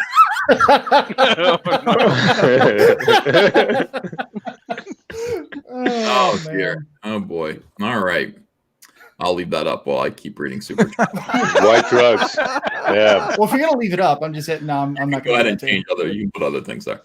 TLJ Russian Bot says, my whole life I've been looking for a spindly jackal to call me a real man. I hear you. Comics Exposed says, Doug lives in Franklin, Tennessee. Nice area. Andrew Huerta says, this video is not for Edwin. It's for ex-Gators. Chapter Master Dante says, Adam, sell the cast on a hardcore butt-fucking weekend. Go. But he just put BF. So that I don't know what that means, according to... Yeah, that means best friend. Best friend. If you want to castigate and denigrate someone, then be my guest. But that's not what Comics Geek is about. Can you try schemes and scams? Schemes and scams. It's not bad, but there's a little bit more schemes.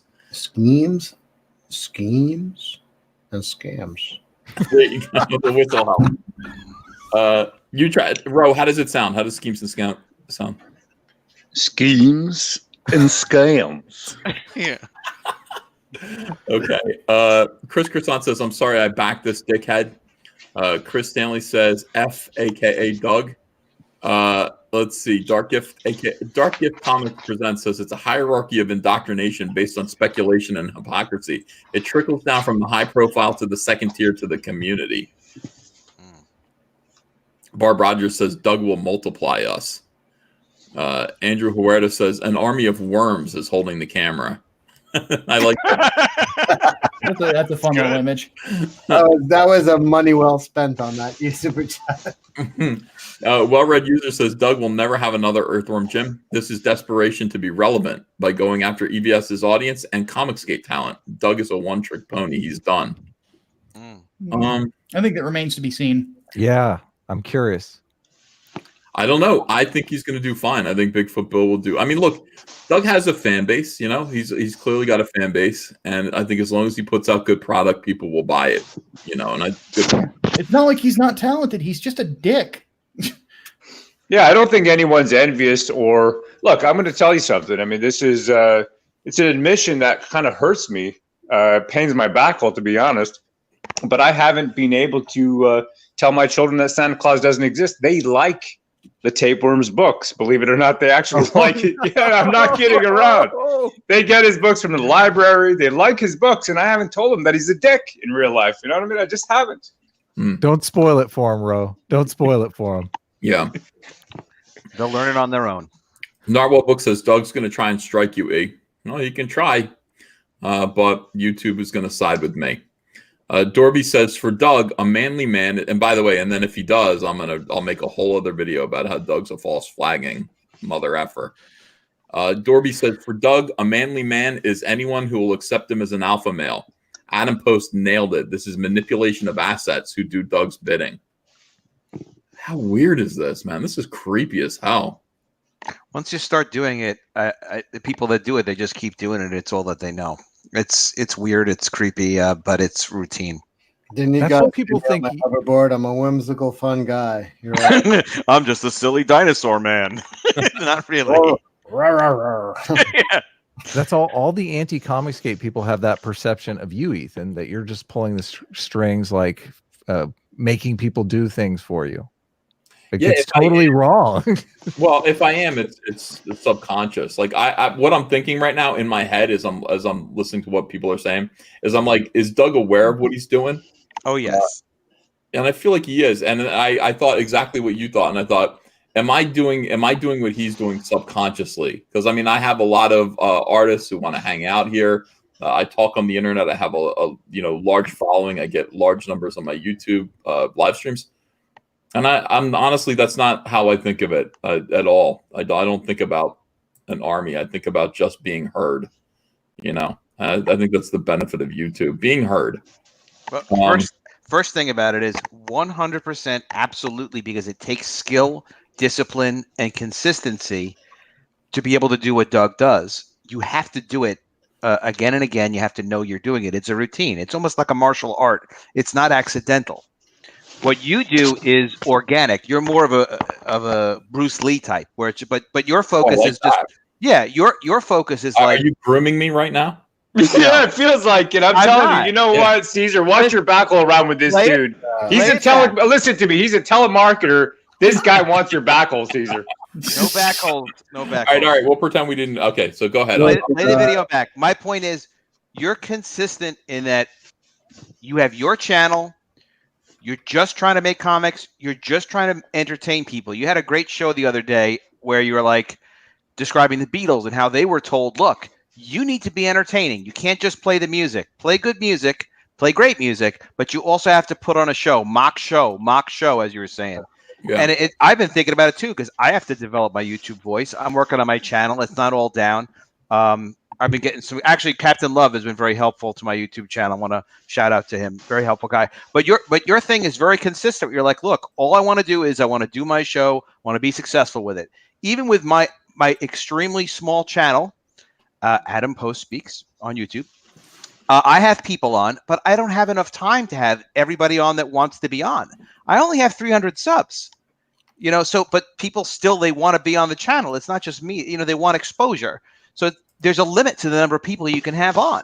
So there is a selection process. So you have to move forward what you want to do and what's going to work for you and for your business and for your channel. And at the same time, you want to help other people and it's good for the channel, but there does have to be a selection process and people do have to perform. Sorry to interrupt, but I'm just saying, Adam, I mean, it's a great spiel you got there, but I'm looking at you and it looks like you're sitting on a casting couch. Interesting. Yeah. I could have one over here and one over here. Yeah, this is my setup, basically. Yeah, But Adam, I think you're Bruce Lee, but I'm Stanley. When is Laura Palmer going to walk in backwards? That's what I want to know. 15 minutes. Good. Let's see. Cobra Strike Down says, oh, wait. Extraordinary Jackson said, did Doug refund the 106 backers? What's the story on that? We answered that. A Man in Lunacy said, this is pure piece of shit modernism. No, postmodernism. You forgot the T.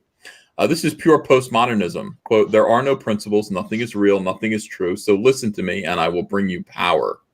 Adam, what do you think? What do you think of that? Yeah, Man of Lunacy, actually, he was on my channel the other day, a couple hours ago. Yeah, I agree that it's there's no ethics. That's why you can't ascribe ethics when someone's like, oh, I made a commitment to be an artist. Like, he doesn't believe in that. He made a commitment to do what's good for him. And that's what really it's what people in power do. You do have to treat people decently and you have to maintain your reputation. But the lower people, it's like they're treated like a commodity. They're treated like assets. And that's why, like, as an artist, people that build careers, they distinguish themselves. They're not the same as everyone else. That's how you move up. And Cecil, I know you know that from your work and stuff too. It's like you can't be like everybody else. You've got to rise above. But the people that don't rise above, it's raw material. Yeah. Yeah, I have to say, listening to Adam, first of all, fuck that guy. Yeah. Second of all, I believe it was Chesterton who said anything worth doing is worth doing badly. And if you go to Adam's channel, you'll see what I'm talking about. Exactly. Cobra Strikedown says he needed help getting a PC. Whole time telling the community how he couldn't afford much. Butters you up. Even invited me on a stream. Later admitted money for his PC was no object. He lied to me and the community. I didn't know that. It's stuff like that, man. Seriously. I like to think Ethan would have shipped the books. I don't know, Ethan. I would have shipped the books. Yes. Yeah, absolutely. Exactly. King Achara says, if any of the 106 who didn't get their copy of Bigfoot Bill still want one, I got 2 copies I want to unload. 100%. Oni Burn, thanks for $10, says Doug and Edwin closed the Who Street down to film this video. They ruined or closed the whole street down to film this video. I'm like, that doesn't make sense. They ruined Trick or Treat for the kids. Oh, awful. Polymar says, Cecil, surely you found a place to buy smokes by now. Come home already. Mom and I miss you. Chris Stanley says, Hail Ro, you made Mitch feel like a bee. I don't know what that means.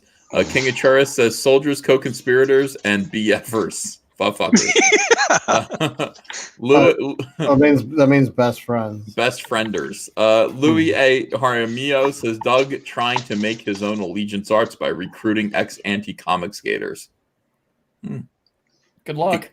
Yeah, I don't, King Achura says, rainbow operations trigger me. Can we go back to using gay ops? Yeah, I use both. Gimp Rider 66 says Mitch was hurting. Hope he went to a doc. King of Char says fapping wolf milk all night long. Louis A. Harmio says Doug is trying to make his own allegiance arts by recruiting ex-anti comic skaters. Thank you for saying that twice. Almsy says always will be a super toxic fan of you guys. Love you. Keep it up. Camara says SOS Volume 1 is $3,500 away from its first stretch goal. King of Church says, Ro, that was gay and hilarious. You know, those two things go hand in hand, gay and Ro being gay and funny. It's the same thing. Hell. Comics Exposed says, EVS, are you going to help Aaron Lepresti with this campaign? He needs to raise $1,000 a day for the next 30 days to reach his goal. Back garbage man. Yeah, you know, the thing about it is that lately I'm feeling kind of wormy because I'm having. Yeah, here's what's going on. Not wormy like that. I mean, like I feel oily about this because like simpatico. Okay, so I got a couple of creators. I got Dan Fraga and I got Aaron Lepresti. And these guys are like mainstream still, and but they want to go IndieGoGo. They want to do these, you know, independent books. Politically, we're kind of on the same page. But it's like they're like, how do we get funded? How do we get funded? And I'm like, you get funded by coming on this show. You know, you get funded by coming on this show. But in order to get funded, you need to be Comicsgate. I'm not going to have people come on here anymore who don't like declare Comicsgate. So, you know, that's the thing. Aaron Lepresti, I could get him on this show. If Aaron Lepresti is Comicsgate, then, you know, I know you guys are going to back him. If he's not, I don't want to support people who aren't brave enough to take that stand. It's difficult for me. Well, are you Comicsgate? No. Well, what do you disagree with? Well, it's controversial, but look, I don't want to hear it anymore. You know, jump in the boat, grab an oar, and row. Not you, Ro. Hail Caesar. You know, we got great people here. We got fantastic creators. I think I like what Adam said the other day, right? He said that it's about loyalty. Really, it is. You know, that he mentioned that again, repeating what we said. It really is about loyalty. And I mean, that's the least you can do. That's the least that we ask. It's a very small thing, is that if you're going to be here, we're going to support you, then support us back as brothers. Stand with us, right? So it's like, I don't know if I want to ask Aaron Lepresti that. Aaron Lepresti, just stay away. Listen to these guys. Grab a horror row. And it's like, I don't know if I want to ask Dan Fraga that. You're asking them to kind of sign up for harassment from weirdos, from anti-comic skaters. So I feel weird about it. Do I want Aaron Lepresti on? I would love to support his campaign. But Aaron Lepresti would need to come to me and say, I'm Comicsgate, and I'm ready to say so. No, he's not Comicsgate. He's Wormgate. He's coming with me. No, but it is not. It's definitely not an easy thing to ask somebody. It's like Wormgate. That's fucking great. Yeah. But yeah, like there is a weight to it. In all seriousness, there is a weight to that statement, because it's, aside from just being a sense of beliefs, it's the fact that, you know, well, I know that Quesada's not the guy at Marvel anymore, but I don't know what Kevin Feige's going to say if he sees a guy who's worked for Marvel like Dan and saying, yeah, I'm Comicsgate. Like, who's whispering in his ear? And then at DC, it's, well, Ethan, you know better than I do. And Jesus. Yeah, I saw that go through the chat. I was like, uh-oh. You understand? Mike. That's cute. Hey, Mike, ask Edwin about Mike Murphy. Then you can get on your knees for me. How's that sound? Bring Mike in. I'll duck out. Bring Mike in. Yeah, I don't. A manly man would come in here. I don't ask anyone to bend the knee, jackass. That's not what I just said. I just said it's a really, really difficult thing. First of all, this audience, these people who support these comics want to know that you are in the same hot water that they are. Yeah, exactly. That's what they want to know. They want to know that. So I need to be able to answer questions, because people do say, is this guy Comicsgate? And I need to be able to say, are you Comicsgate? And they need to say, hell yes, I'm Comicsgate. I'm Comicsgate. That's when books get funded by this audience. Okay? Has nothing to do with me. My thing is, I don't necessarily want to go to Aaron or Dan or any of these other artists who are interested in crowdfunding and we have similar politics and say to them, I need you to do this. I need you to throw away your mainstream career by announcing that you're Comicsgate. in order to come on this show and get your book funded. I can't, in good conscience, say that to one of my fellow creative people. I can't say that. And if those creative people conduct themselves, unfortunately, the way Mike has, they can, even after you help them become successful as an independent creator, they can threaten their own future. And then it falls back on you that you help them build their career. Or you help them make this career move. So you can help people as much as you want to help people, but at the same time, they have to go off, create their own platform. Mike does have a good platform, looks like it. But at the same time, they have to also know, look, you have to not piss off customers. Because if you piss off customers, you could be creating some very unsteady future for yourself. Well, Mike is, Adam, just to interrupt you, Mike is actually running Comicsgate, his version of Comicsgate, like a restaurant, brother. But let me just say this to Mike. First off, I find it funny that he is trying to cozy up to who he considers the CGOG. So if you're going to have that show, Mike, am I going to be on it? Because I was here at the start, buddy. Yeah. Okay. Second thing. No. Is yeah, I know the answer is no. But second thing is the only people that people are bending the knee to, myself included, are the fans. And I'm being dead serious when I say that, because they are the lifeblood of what we do. And the instant you start doing that, you start pissing people off, the market comes after you like it's going to tomorrow on Drawn and Backhold and Drawing Fire. Watch how low your views go. Yeah. When you've got competition. Hell, brother, hell. It's going to be crazy. If you want to castigate and denigrate, then that's where you go. But Aaron, there's a place for you over here. Yeah. I'm getting a message from Mike, actually. It just says, yeah, you buy Mogwai?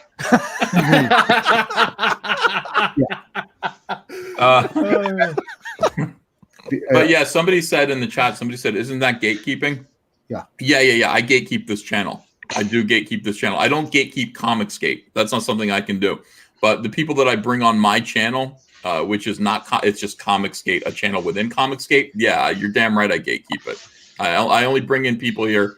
I try to bring in people here who I think are sincere or sincerely Comicsgate. If they want to get their book funded. Yeah, I want to make sure that they're actually Comicsgate in order to be on this channel. Yeah. Castigate, denigrate, Comicsgate. Very good. Yeah. So I don't know exactly. All right. I'm sorry, guys. I got super chats I got to read here, but if you see another interesting comment, let me know. General Devereaux says, is it me or is Edwin starting to look like Tom Hanks at the end of the movie Philadelphia? # blame war campaign. It's you. Yeah, I don't think so. Martyr Media says, Lloyd told me that with enough peanut butter, every dog is a wiener dog, but my Lucinda is every bit the beagle she ever was. Friggin' Lloyd. Oni Barnes says, Doug uses Comicsgate to get Earthworm Jim back after he used to say he didn't like to be known as the Earthworm Jim guy. I remember that. King of Char says, Doug's corner of the internet is a landfill. Ray Cornball says, the internet redefines social geometry. Hail Caesar. Gladiator said, this Curtis guy is annoying. Deflate your ego. That's you, Mike. Micah, your ego is out of control, I guess, in one person's opinion.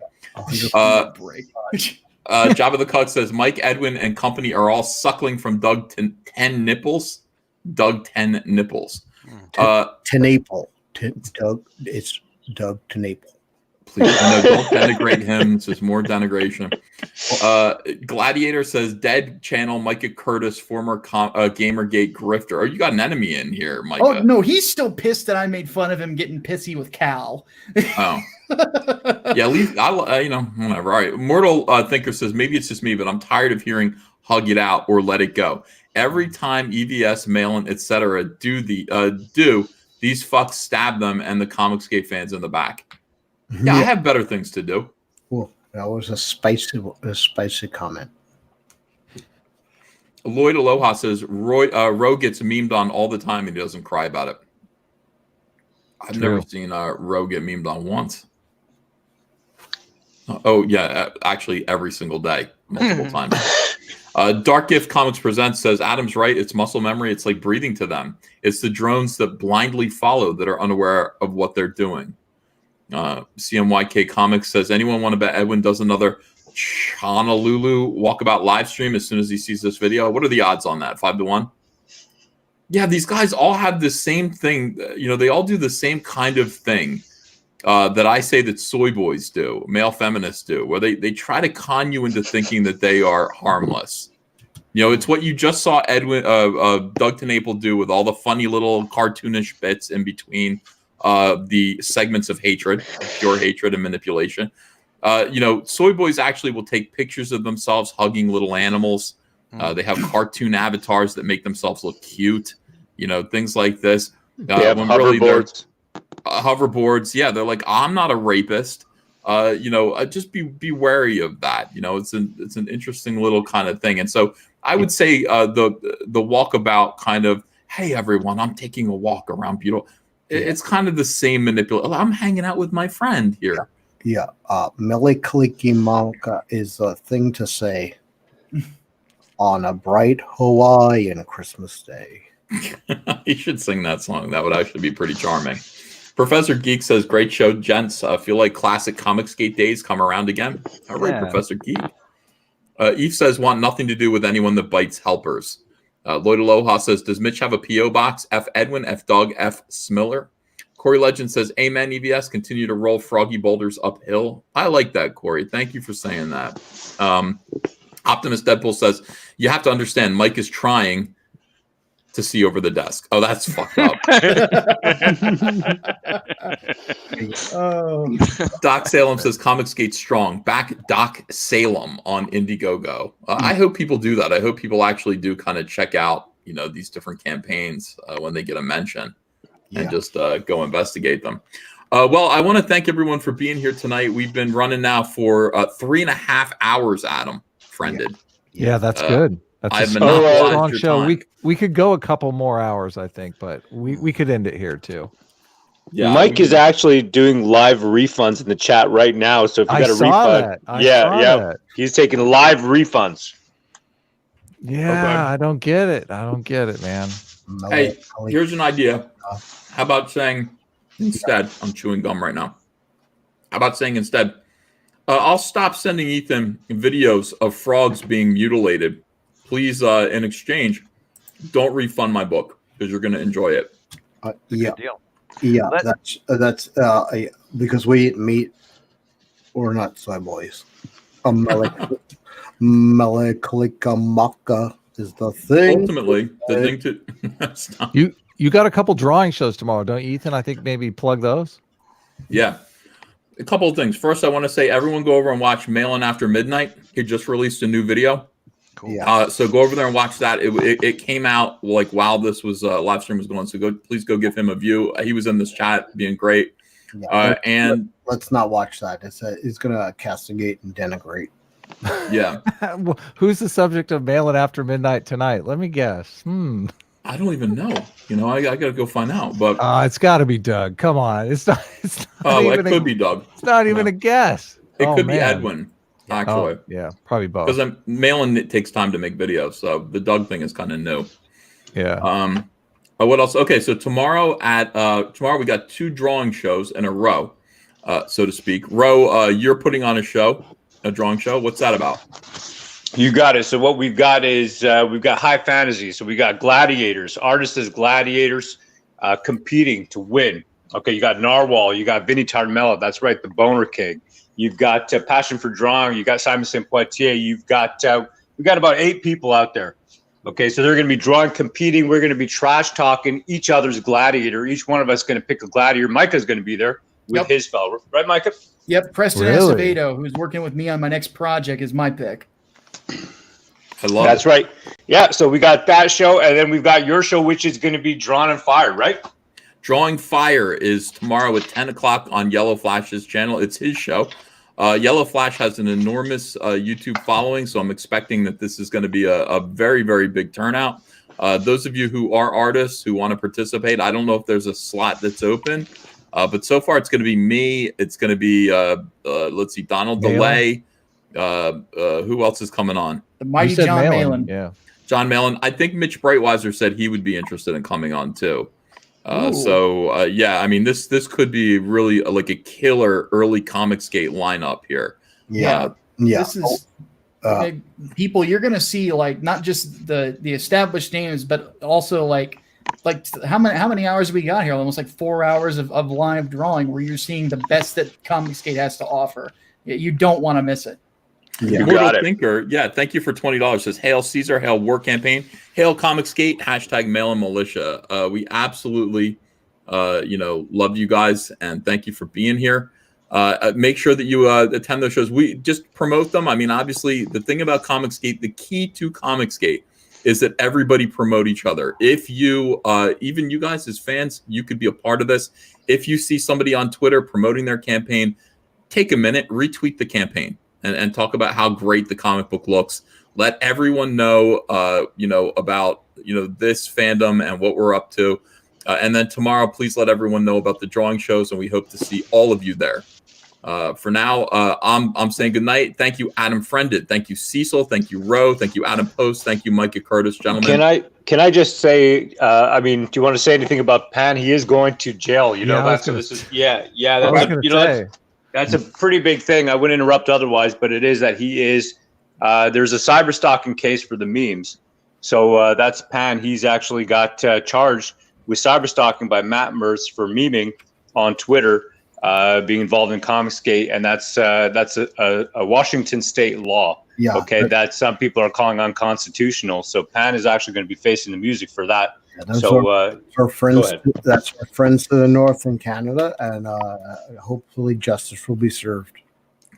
Well, I think the case is going to get thrown out tomorrow. So we'll have an update tomorrow, right? Yep, we sure will. Okay. Yeah, it's gonna get thrown out. It's ridiculous. All right, I thank you all, and I'll see you all tomorrow. Have a great night. Good night.